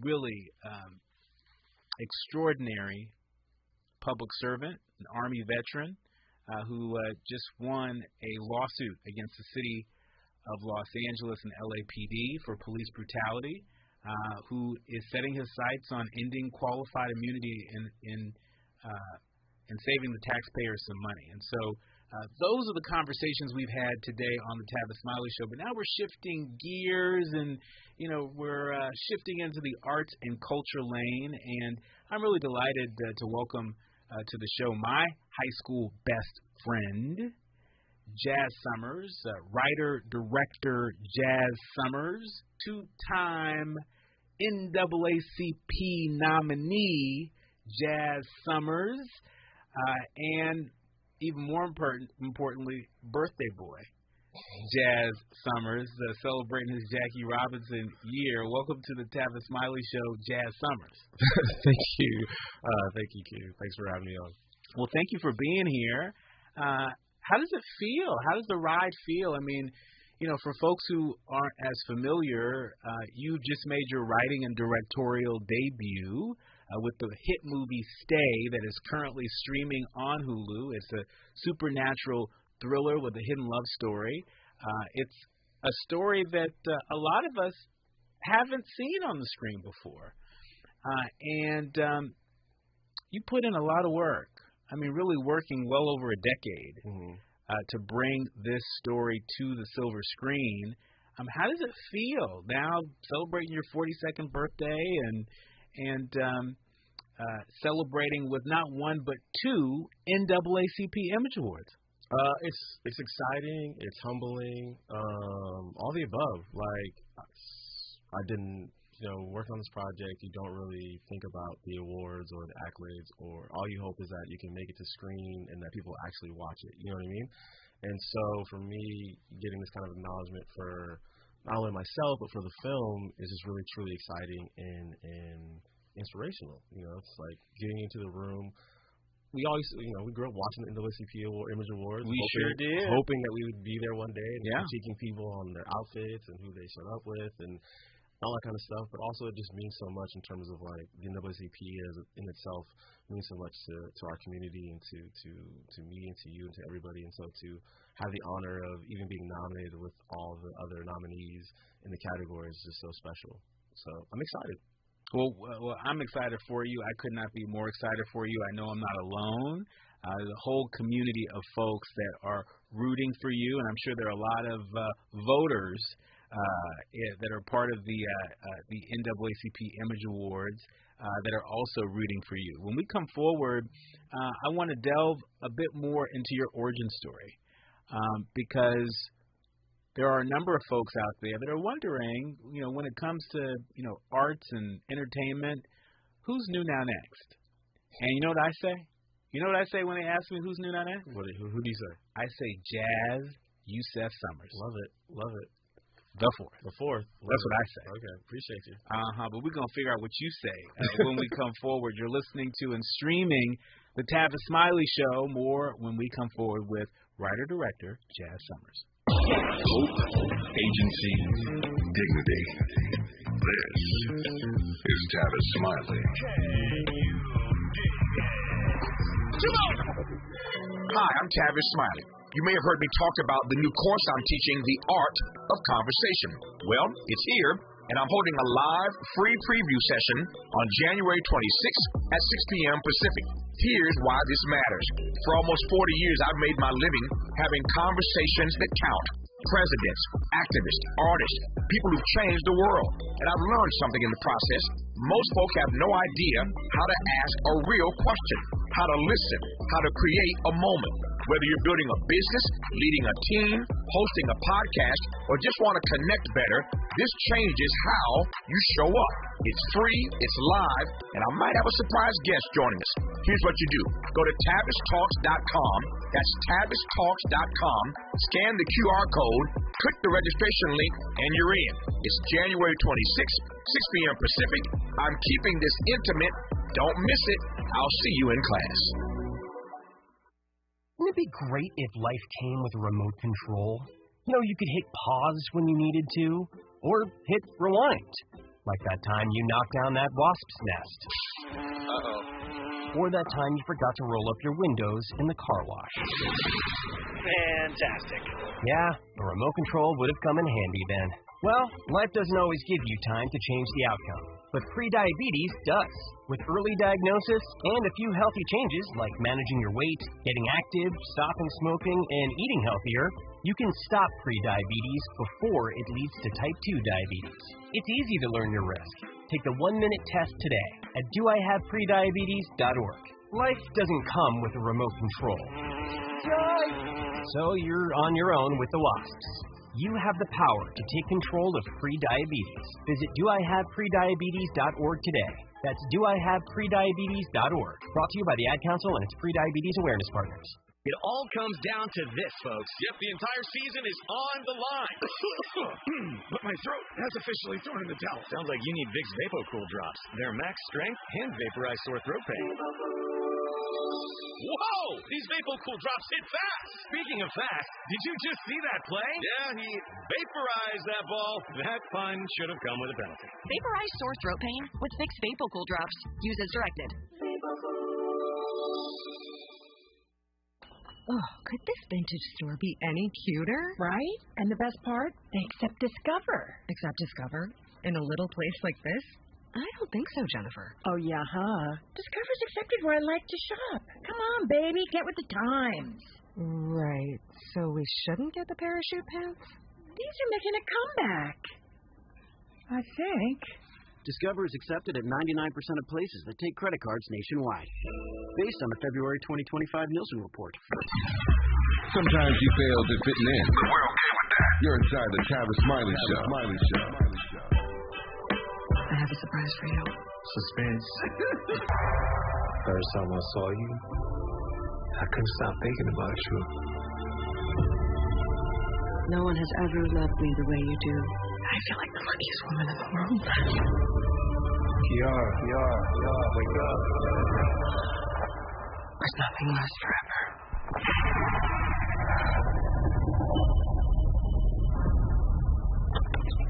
You not getting my text? You're still wearing it. I didn't want us to end up like this. Every time something gets too hard, we give up. You have no idea how hard it was for me to leave. But you still left, Miles. Movers are here. That don't make any sense. Try the back door. Hey, you can't see me? This can't be real. I remember the legend in Benin about a spirit that traps people in the house. Move!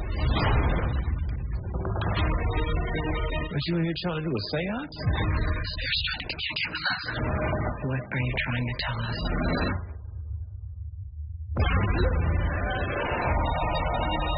Why is this happening to us? Whatever is in this house, what do you need us to know?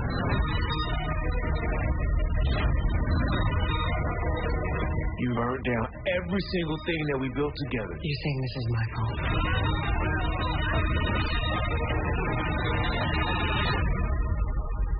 I gotta finish this.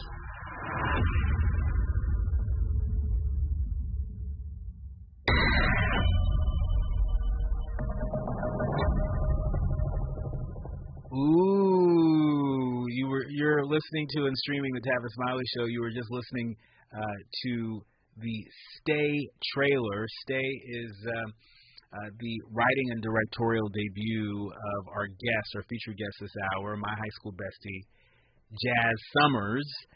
Look, the movie's good. Let me just say, Jazz, best friend status aside, I've never seen anything quite like it. Again, it is a supernatural thriller with a hidden love story.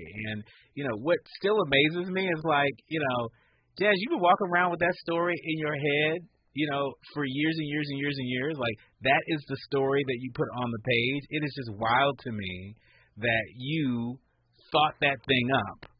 And now we all get to experience it when we log on to Hulu and stream it wherever we are. Yeah, no, well, thank you. I'm glad that you like it. Your approval means so much. So much. But no, I had this, the original idea came from being first day at USC Film School in the first class. The professor went on the class and said, what genres of films do you want to make, and what genres of films do you not want to make? And on my first thing was, I don't want to make horror films. I don't like to watch horror films. So he said to me, that's the first movie you should make, is a horror film, right? And the whole class also agreed. And so I dismissed that totally. I was like, I'm not going to make a horror film, not going to happen. But, you know me, but obviously listeners don't know me, but, I'm a Love Jones guy, man. Like, I've loved Love Jones, since the first time I saw it, and always wanted to make a movie. I felt that was that cool, that interesting, about black people being in love.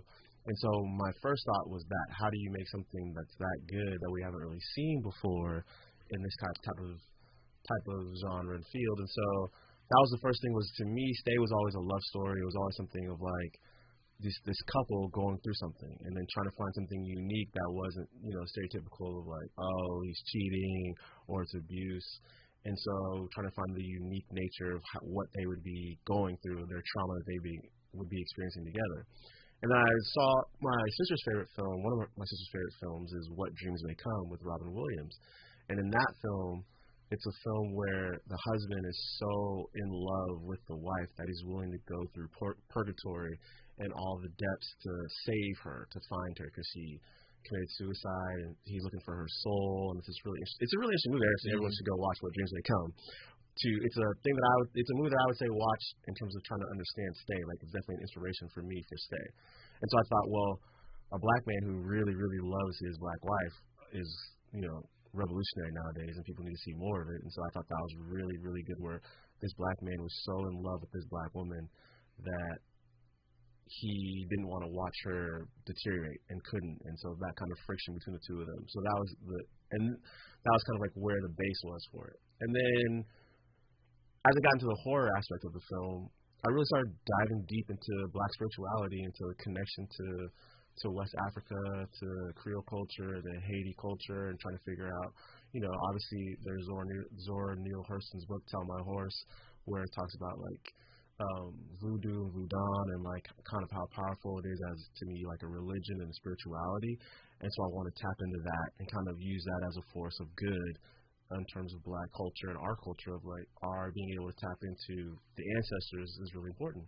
Now I want to give you a chance to clarify this, because I'm sure there are a number of folks who are listening right now across Black America right now that heard what you just said and raised an eyebrow and said, huh? Yes. What's this film about, right? And so I think it's important to clarify for folks that this movie sort of taps into belief systems across the African diaspora, sort of pre-Christianity, right? And so, this isn't a film about voodoo, right?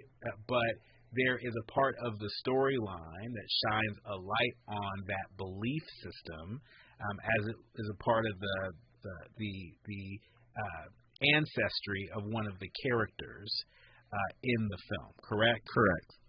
Yeah, correct. It's not a film about voodoo or voodoo, but it is a thing that we tap into our connection to West Africa and our roots, basically, and how powerful we are and how powerful black women are. And so that's what the film focuses on, as well as being this like great love story between these two. That's right. And so it taps into African spirituality. And so for folks out there that think that if they go see Stay, if they log on to Hulu and watch Stay, somehow, they can't go to church on Sunday or Bible study on Wednesday, that is not the case, right? It is a story, and that is a part of the story. And so, with that, talk to us about the dynamic between the two main characters, the black man and black woman. You have alluded to it. Talk to us personally. Why was it so important for you to get this right in terms of the relationship dynamic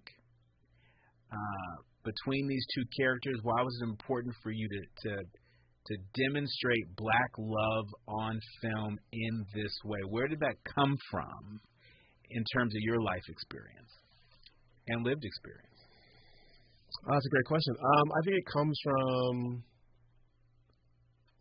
I think it just comes from my parents. Number one, I think my parents have had their ups and downs and whirlwinds and being too separated and kind of dealing with living in different cities, but still I always knew that they loved each other. There was always this love between the two of them that was special, that was deep. That wasn't just because they had two children, but it was because they found something in each other that was special. And to hear my dad talk about my mom while they were separated, he talked glowingly about her all the time and lovingly about her. And then my mom, the same. She talked about my dad, even though they were separated and apart and living in different cities. She never bashed him.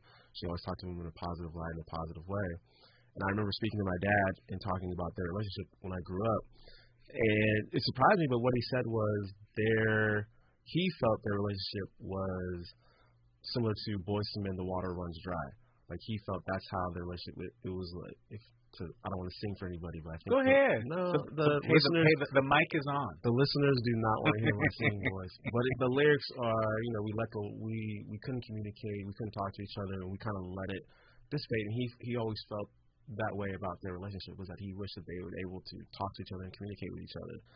And similarly, I asked my mom a similar question, and she felt, being both musical people, she was a Whitney Houston fan, and she said her issue with the marriage or their relationship was Whitney Houston, I want to run to you. And she felt that she had lost some type of trust or something in him and in their relationship.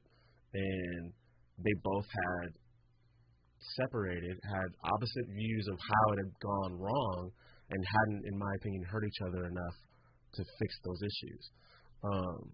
And that's what I brought to Stay in terms of Miles and Kiara, which are the two main characters in the film Stay, are dealing with the same trauma and the same issue, but feel very much Kiara was I can't run to you, I can't trust you, I can't surrender myself to you because I've lost that ability to do that with you. And Miles is why can't we get past this communication barrier? It's not whatever we're going through we can fix, but we have to be able to talk to each other. And so that's what these arguments are leading to, and that's what the tension in the film is really about between the two of them.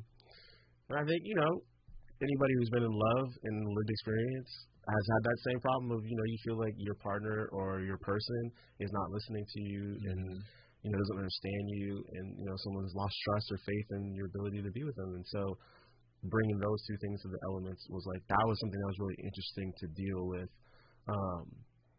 Black love as a lived-in experience. These two people aren't meeting for the first time. They're not falling in love. They've been in love. They've married each other. They've had a shared experience. So how do you keep that? How do you keep that going after you've had something so horrific and traumatic happen to you as a couple? That's when love is really tested, and that was one of the questions I had in writing the script and really working on the film, was talking with everyone about how do we keep that going. I mean, it is layered. It is a fresh take. It is a timely story that people are buzzing about. Talk to us about the response that you've been getting to the film. I know that you've been on a little bit of a whirlwind tour on college campuses, particularly HBCUs in different parts of the country. You've been at different film festivals. You've even gone back to our alma mater, USC, to talk about the film.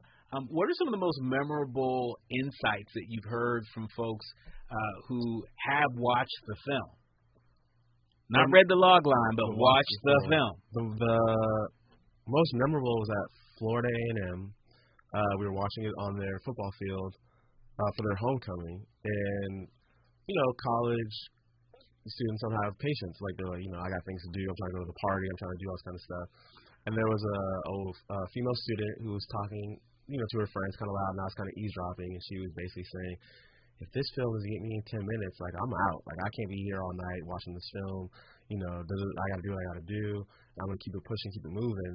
And so I walked up to her, and so I was like, oh, so I have 10 minutes, basically. I introduced myself as the ride director, and she was like, yeah. And she didn't care. She was like, you're the ride director. And she said to my face, I don't care. You got 10 minutes to impress me with this film because I got to move, and I got things going on. It's homecoming week. I'm not just going to be here all night. And so I said, oh, okay, so I got 10 minutes, 15 minutes. Can I get 15 minutes? And she said, you got 15. And she meant it. And so we sat down. There was a crowd that watched the film, and I kept my eyes on her, and I was looking at my watch, looking at her, and knew the film.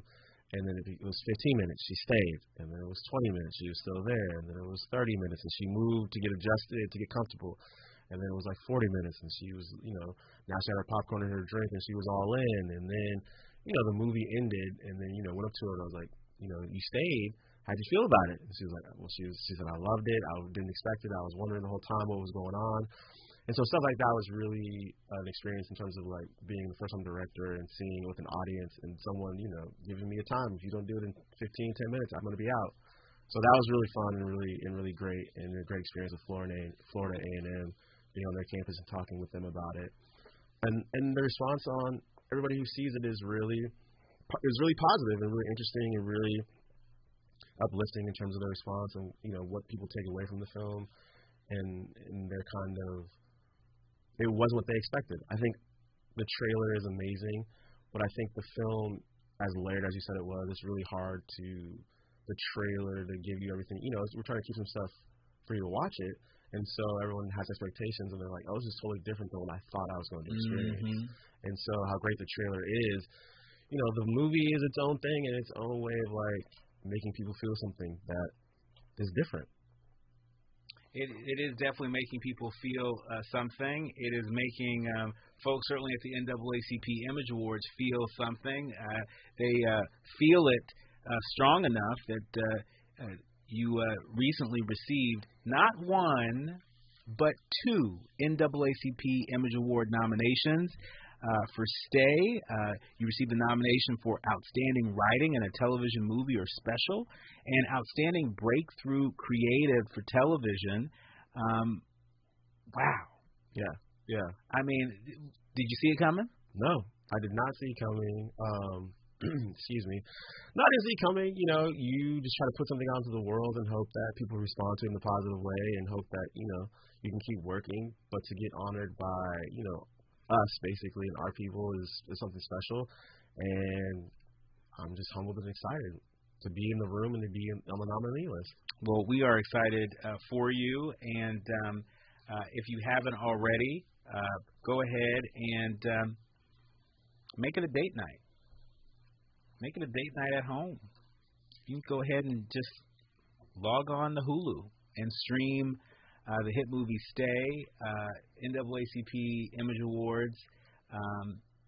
The bar is high, and this movie hits the mark. When we come forward, more with writer, director Jazz Summers, I want to get your reaction to talk about Hollywood backsliding into white male directors. Some folks saying it's happened to the point where it's become undeniable.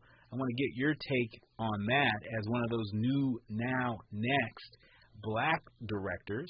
You are listening to and streaming the Tavis Smiley Show. I'm your guest host, Dr. Nicordelai Corte. More with my high school bestie, Jazz Summers, when we come forward.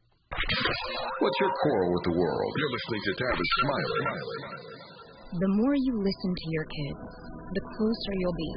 So we ask kids, what do you want your parents to hear? I feel sometimes that I'm not listened to. I would just want you to listen to me more often and evaluate situations with me and lead me towards success. We're not adults, so just be there and listen. I just want someone to yap to. And I just feel like I'll be fine if someone just hears me talk. You're going over everything, so. And I don't think I tell you that enough. And I know sometimes we get into it. It's just hard on both of us. And I try to understand me more, and I'll try to do the same. Listening is a form of love. Find resources to help you support your kids and their emotional well-being at sounditouttogether.org. That's sounditouttogether.org. Brought to you by the Ad Council and Pivotal.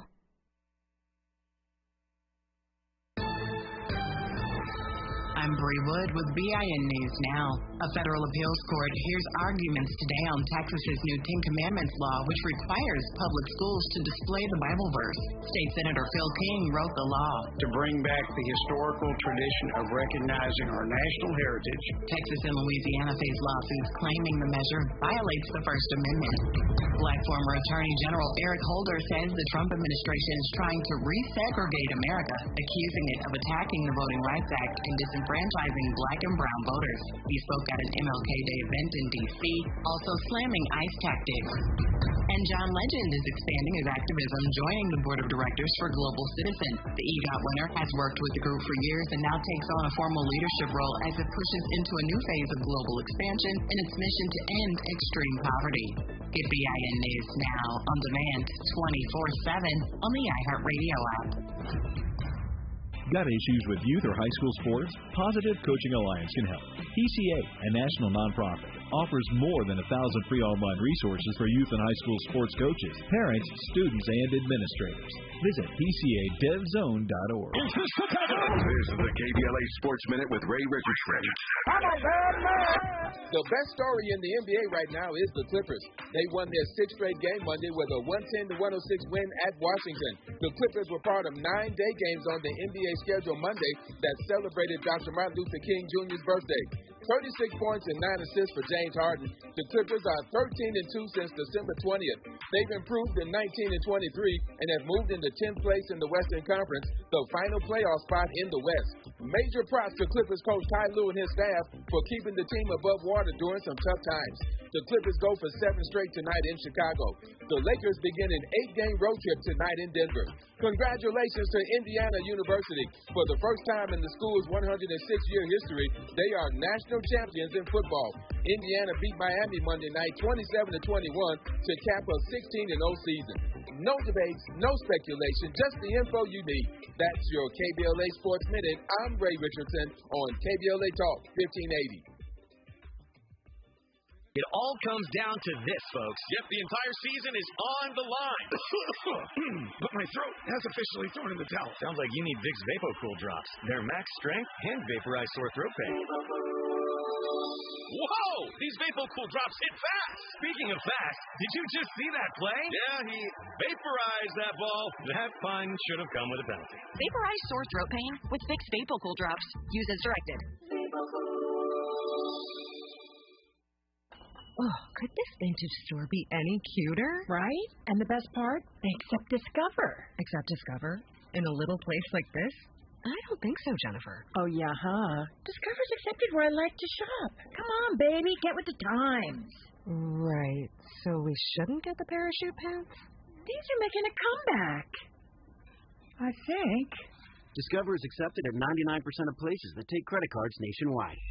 Based on the February 2025 Nielsen report. We've got a lot to talk about. Hi, I'm Zoe Williams, a.k.a. the voice of reason, encouraging you to join me weekdays from 7 to 9 p.m. for the world's most intriguing relationship radio roundtable. Every night, I facilitate and encourage our loyal listeners to participate in the most engaging relationship discussions you'll hear anywhere.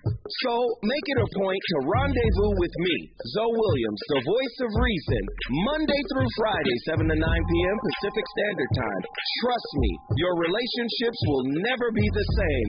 The VOR is on fire tonight. Unapologetically progressive. KBLA Talk 1580. We've got your black. KBLA Talk 1580, connecting you with the world. African Focus Incorporated is a community-based organization whose mission is to bring Africans and African Americans together, lead charitable initiatives on the motherland, and educate people from all walks of life on the beauty, legacy, and opportunity of Africa's 54 nations. And it's that time once again when African Focus is teaming up with KBLA Talk 1580 for our 8th annual African Focus Trailblazers Tour. Travel with us in 2026 when we're headed to the southern African nations of Zambia and Botswana for a historical, cultural, and vacation tour led by me, Dominique DePrima, Cultural Ambassador for African Focus Incorporated. Enjoy luxurious accommodations, conscious fellow travelers, shopping, adventures, cultural tours, wildlife safaris, and a giant waterfall, one of the world's 7 wonders, along with the chance to be of service at an orphanage on the continent. Become an AFI trailblazer by exploring the motherland with a nonprofit organization that has members in Africa and a carpet for you, and together we'll make a difference and have fun doing it. For more information, visit AfricanFocus.org or call 310-676-7300. That's 310-676-7300 or AfricanFocus.org. Whether it's stateside or exploring the diaspora, we're with you every step of the way. African Focus and KBLA Talk 1580. Come go with us. Freedom is an endless meeting. So let's get back to it with Tavis Smiley. You're listening to and streaming the Tavis Smiley Show. I'm Dr. Nicordelai Corte, your guest host. You can listen to me on Tavis's home station on KBLA Talk 1580.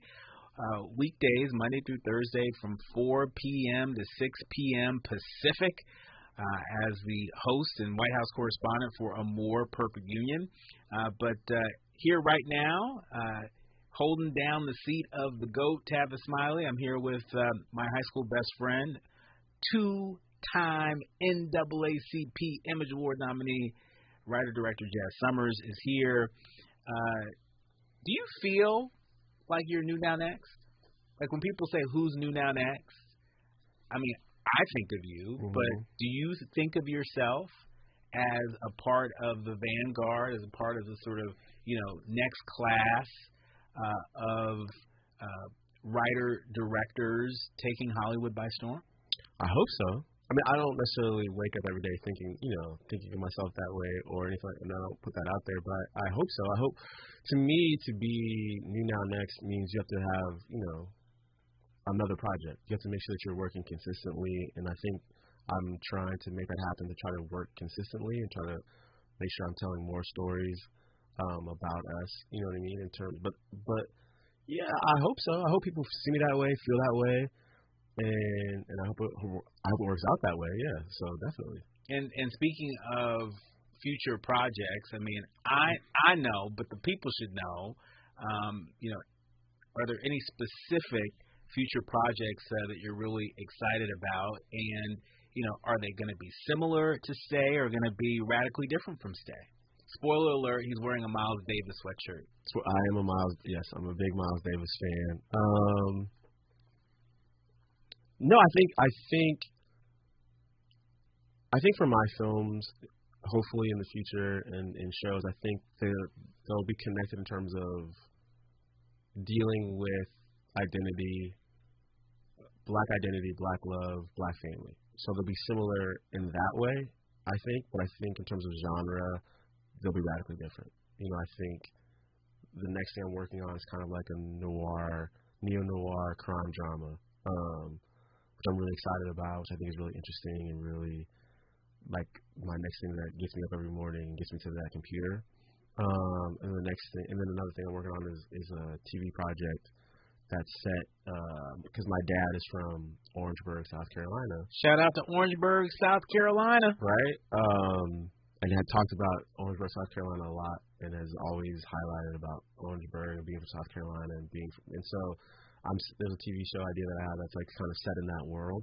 And there's a lot of stuff that's set. We're from the Bay Area, so there's a lot of stuff that's set in the Bay Area, in San Francisco, and from the town, Oakland. That trying to highlight that area a lot in terms of celebrating the uniqueness of being from the Bay Area and being black from the Bay Area and things like that. So films and TV shows. I mean, on that point of being black and from the Bay Area, I feel like we are so misunderstood. I feel like folks put an asterisk by black folks from the West Coast, right? and particularly from the Bay Area. Talk to us about some of the common misconceptions you found about not just people, but stories coming out of the Bay Area. You and I, are well aware of just sort of the history of social justice and activism coming out of the Bay, deep roots when it comes to the Black Panther movement, when it comes to the anti-war movement, the women's liberation movement, the gay rights movement, right? And that, creates, I think, a level of consciousness that I found you don't find, everywhere across the country. But you tell us, what sort of misconceptions have you found about Black folks from the Bay? Clear it up. I don't know about misconceptions from I think when people say, like, for me, if you say I'm from California, there's a misconception about Black people from California of being kind of like soft and kind of like light on issues in terms of race and things like that. It's a place where people can, sometimes hide about racial issues in California. That's what I get a lot from California. But when I say I'm from the Bay, people say it's a different thing. First of all, they're like, where from the Bay? Because Oakland people like to weed out. Are you from Oakland, the town, or are you from somewhere else? And so I'm like, nah, I'm from the Bay, but I'm from the 707. But to me, the Bay has an independent spirit, a political mindedness about it, and a flair that's just very different to people, like the type of vibe and stories that we like to talk about and tell. Because there's also, there's the Mac culture, like the movie The Mac was set in the Bay, and the Bay Area has that to it, as well as the Black Panther, as well as the political consciousness to it. And so there's, a lot of fly stuff going on, man. Like, if you're from the Bay, you have to have a little flyness to you, a little slickness to you, do something a little different. And so I think people, the misconceptions are just all of the above, that we have all of that stuff in the Bay Area, from Oakland to Berkeley. Oakland is one thing, Berkeley is another thing, the city, San Francisco, is a total different thing. There's a lot of wealth, and I think some of the misconceptions when you say the Bay Area are now just people just think tech. Like, you think, oh, you're only talking about the tech world, whereas people that are born and raised in the Bay Area who aren't tech world, it's a totally different vibe and a totally different feeling than the tech explosion that's been going on in the Bay Area. So, yeah, I mean, I'm excited to tell stories from that perspective and point of view of being from the Bay Area. Yeah, and we can't wait to watch and lean in to these stories that deserve to be told from the Bay. When we come forward, I want to talk to you about Hollywood's alleged backsliding into white male directors. There are some people saying it's become undeniable. And Ryan Coogler, fellow USC Film School alum, has been getting a lot of attention, deserved attention. But is there a part of you that thinks that maybe some of the attention that directors like you and Ryan, Antoine Fuqua, are you all the exception? And is it masking a real systemic challenge in Hollywood? I mean, there are reports that of the top 100 films each year in North America, filmmakers from marginalized communities, aren't faring so well. For example, in 2025, out of the top 100 films in North America, only one was from a Latino filmmaker. Only one. And by my count here, only 3 were from Black filmmakers. And that was the same in 2024. And very different from 2023, where there were 10 Black filmmakers out of the top 100 films each year. And so I want you to read the tea leaves on this for us and tell us what we need to do as creatives, as consumers, as journalists. You're listening to and streaming Tavis Smiley Show. I'm Dr. Nicordelai Corte, your guest host, along with our featured guest this hour, writer-director Jazz Summers. More when we come forward. Interrogating and unpacking. That's what we do around here. You're listening to Tavis Smiley. And we're live here outside the Perez family home, just waiting for the... And there they go, almost on time this morning. Mom is coming out the front door strong with a double-arm kid carry. Looks like Dad has the bags. Daughter is bringing up the rear. Oh, but the diaper bag wasn't closed. Diapers and toys are everywhere. Ooh, but Mom has just nailed the perfect car seat buckle for the toddler. And now the eldest daughter, who looks to be about 9 or 10, has secured herself in the booster seat. Dad zips the bag closed, and they're off. But looks like Mom doesn't realize her coffee cup is still on the roof of the car, and there it goes.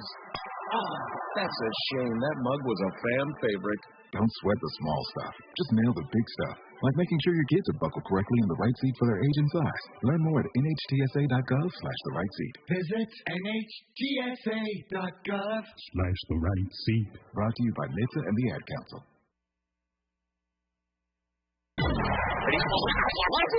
Hey, KBLA delegation, you know what's better than laughing? Laughing while celebrating the legends who made us laugh in the first place. KBLA Talk 1580 is proud to present our annual Black History Month luncheon. And this year, we're honoring comedy greats, trailblazers who broke barriers and funny bones at the same time. You had to grow up early when we was growing up because your parents were sending you to the store to buy. You was too young to buy. I want you to go to the store, give me a fifth of gin and a pack of cigarettes. Mama, I'm too. They ain't gonna let me have that. Here, take this note. You be a little boy walking down the street with liquor and cigarettes, and your neighbors be going, that's a good little boy right there. We need a little levity right about now. So we're rolling out the red carpet for comedy royalty. D.L. Hughley, Melanie Camacho, Earthquake, Lunel, Dion Cole, Martin Lawrence, and a surprise guest appearance. It's going up Thursday, February 26th in downtown L.A. at the Grammy Museum. An unforgettable afternoon of stories, celebration, and yes, plenty of laughs. Because let's be real, these legends don't just tell jokes. They have changed the game, opened doors, and made history while making us smile. You gotta go to child support court. You gotta get there real early in the morning. You see brothers going into court. You see them come out 3 hours later. I can't pay this. Let me talk to you, baby. Please, let me talk to the witness, John. Let me talk to the witness. Brother be working for 3 weeks, get his check is $43. This year, for the first time ever, we have set aside a limited number of individual tickets for the luncheon. They are going to go fast, and when they're gone, they're gone. So, if you want a single ticket, or if your company or organization wants to sponsor a table, move swiftly and get to KBLA1580.com right now. All these comedy giants in one room on one stage at the same time?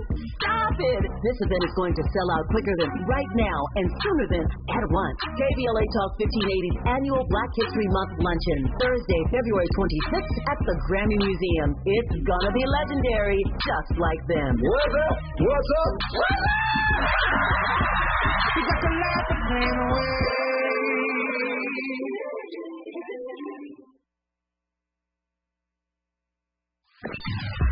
Sometimes you fail to fit in. But we're okay with that. You're inside the Tavis Smiley Show.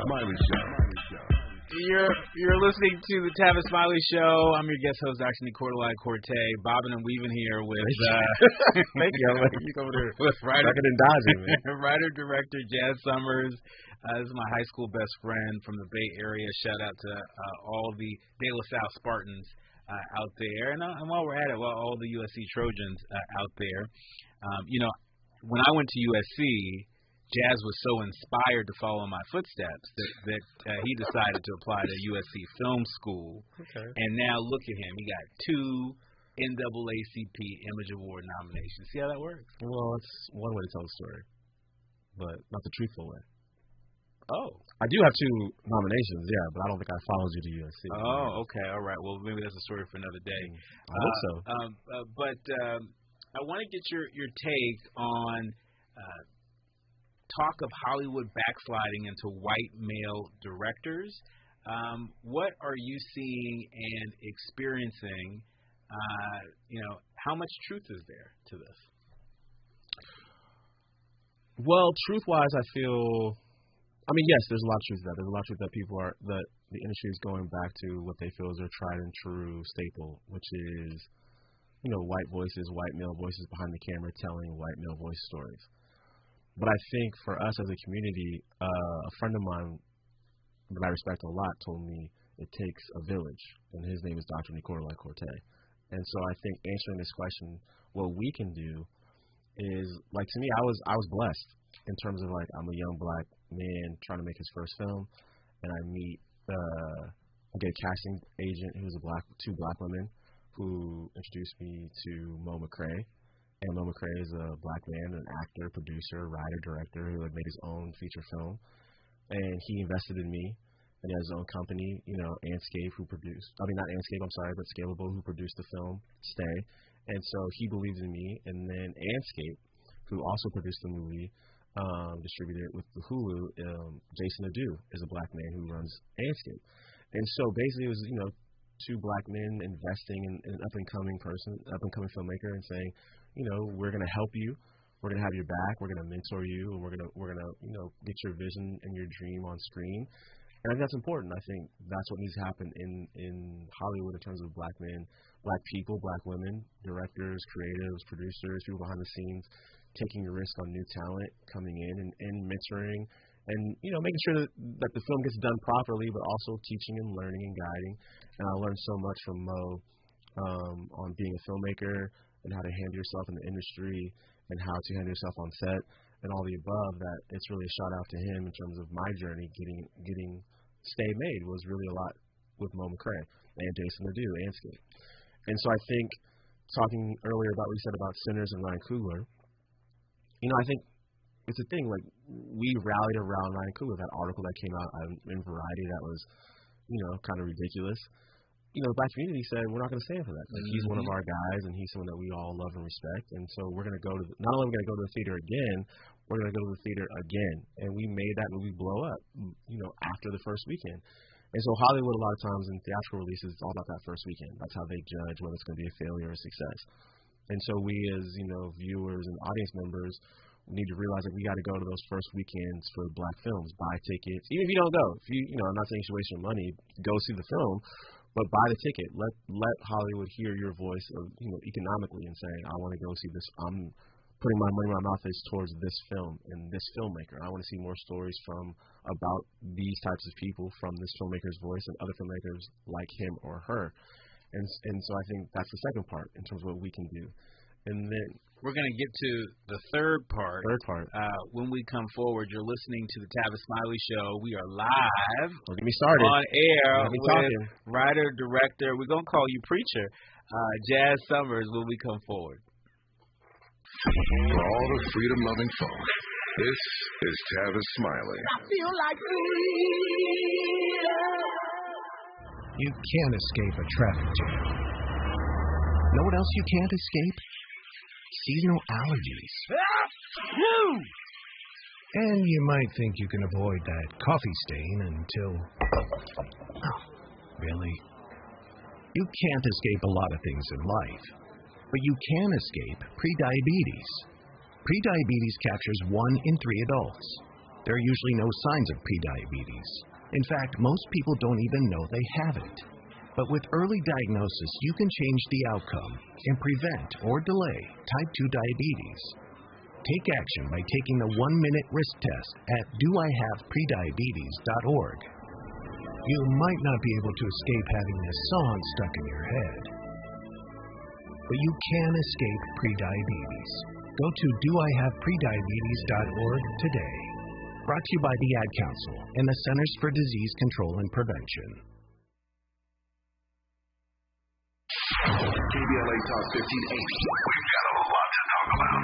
KBLA Talk 1580, connecting you with services and solutions. If you need help getting your resume in order, finding job training, or landing a job, we've got 3 great options for you. First, the City of Los Angeles has WorkSource centers across the area offering free job support. The California Workforce Development Board can help you with everything from GED prep to vocational training at no cost to you. On the federal level, the Department of Labor's American Job Centers offer a full range of services for job seekers and businesses alike. Visit careeronestop.org, or for more info, just call California's Help Center or visit cwdb.ca.gov or call 916-657-1440. For the City of Los Angeles programs, go to ewd.lacity.gov or call 213-744-7300. All these services are free to help you get your next job. This is a community call to action from KBLA Talk 1580. My mom has decided to learn to paint, and she's good. My dad's now into creative cuisine, and I've already put on 6 pounds.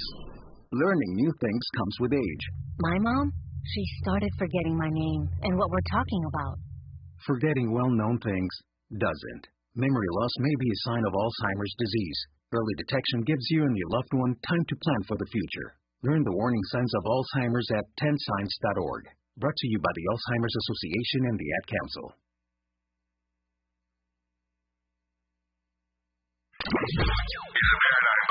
And the top-rated African-American talk show host in the nation, according to Talkers Magazine. Get tapped in with Tavis Smiley right now.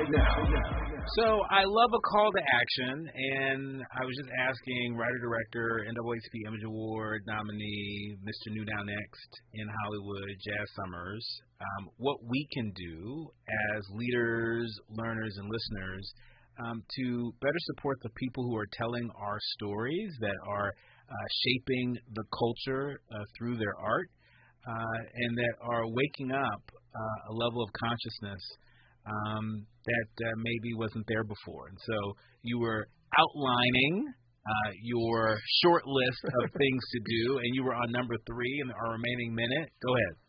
No, I think number 3 is what you're doing today, Nicole, having a young up-and-comer filmmaker coming on. I think our social media and our media outlets, as well as giving Sinners its love and its props, but also looking at the filmmakers that are coming up under that kind of umbrella and saying, okay, here's the people. I think Blex Media does a really good job on social media, Instagram. There are other sites that do really well talking about the new films that are streaming, that are in theaters, that we should all go check out and watch and support. And I think those are the 3 things. I think as an industry, we need to, in the position that we can, move people up and along throughout the system in terms of making films. And as an audience, we need to go support the films when we can with our dollars, because that's what Hollywood cares about, is the dollars at the end of the day. And then, like you said, in terms of media, we need to, make sure those small films, the smaller films, get in those nooks and crannies of people's, visual sensibilities, and they can see, like, this is the film that we should watch, what's coming up, what's new, what's not on necessarily in Variety and those other major publications that we're talking about them. Where can people go to support you? Obviously, they can go on Hulu and stream your hit movie Stay right now, but for all the people who are voting for NAACP Image Award nominees, where do they go? They can go to the NAACP Image Awards website. They can go to my Instagram, which is Jazz Summers, JAS_Summers. I'm putting out my link to just vote for me, and then that's my social media handle. And those are really, I'm a low-key guy, so I don't have a lot right now. So Instagram, and you can go to the NAACP Image Awards website and vote. Our thanks to Mr. New Now Next, writer-director Jazz Summers, for gracing us with your presence. We'll have to leave it there. My thanks to all of the leaders, learners, and listeners out there across the country that have tapped in to the Tavis Smiley Show. I'm your guest host, Dr. Nicole Corte. Tavis will be right back here tomorrow. But in the meantime, as Tavis would say, keep the faith. And as I would say, stay lifted. Do what you can from where you are and what you have. By all means, do something. By the way, don't forget to sprinkle. Sprinkle me, man.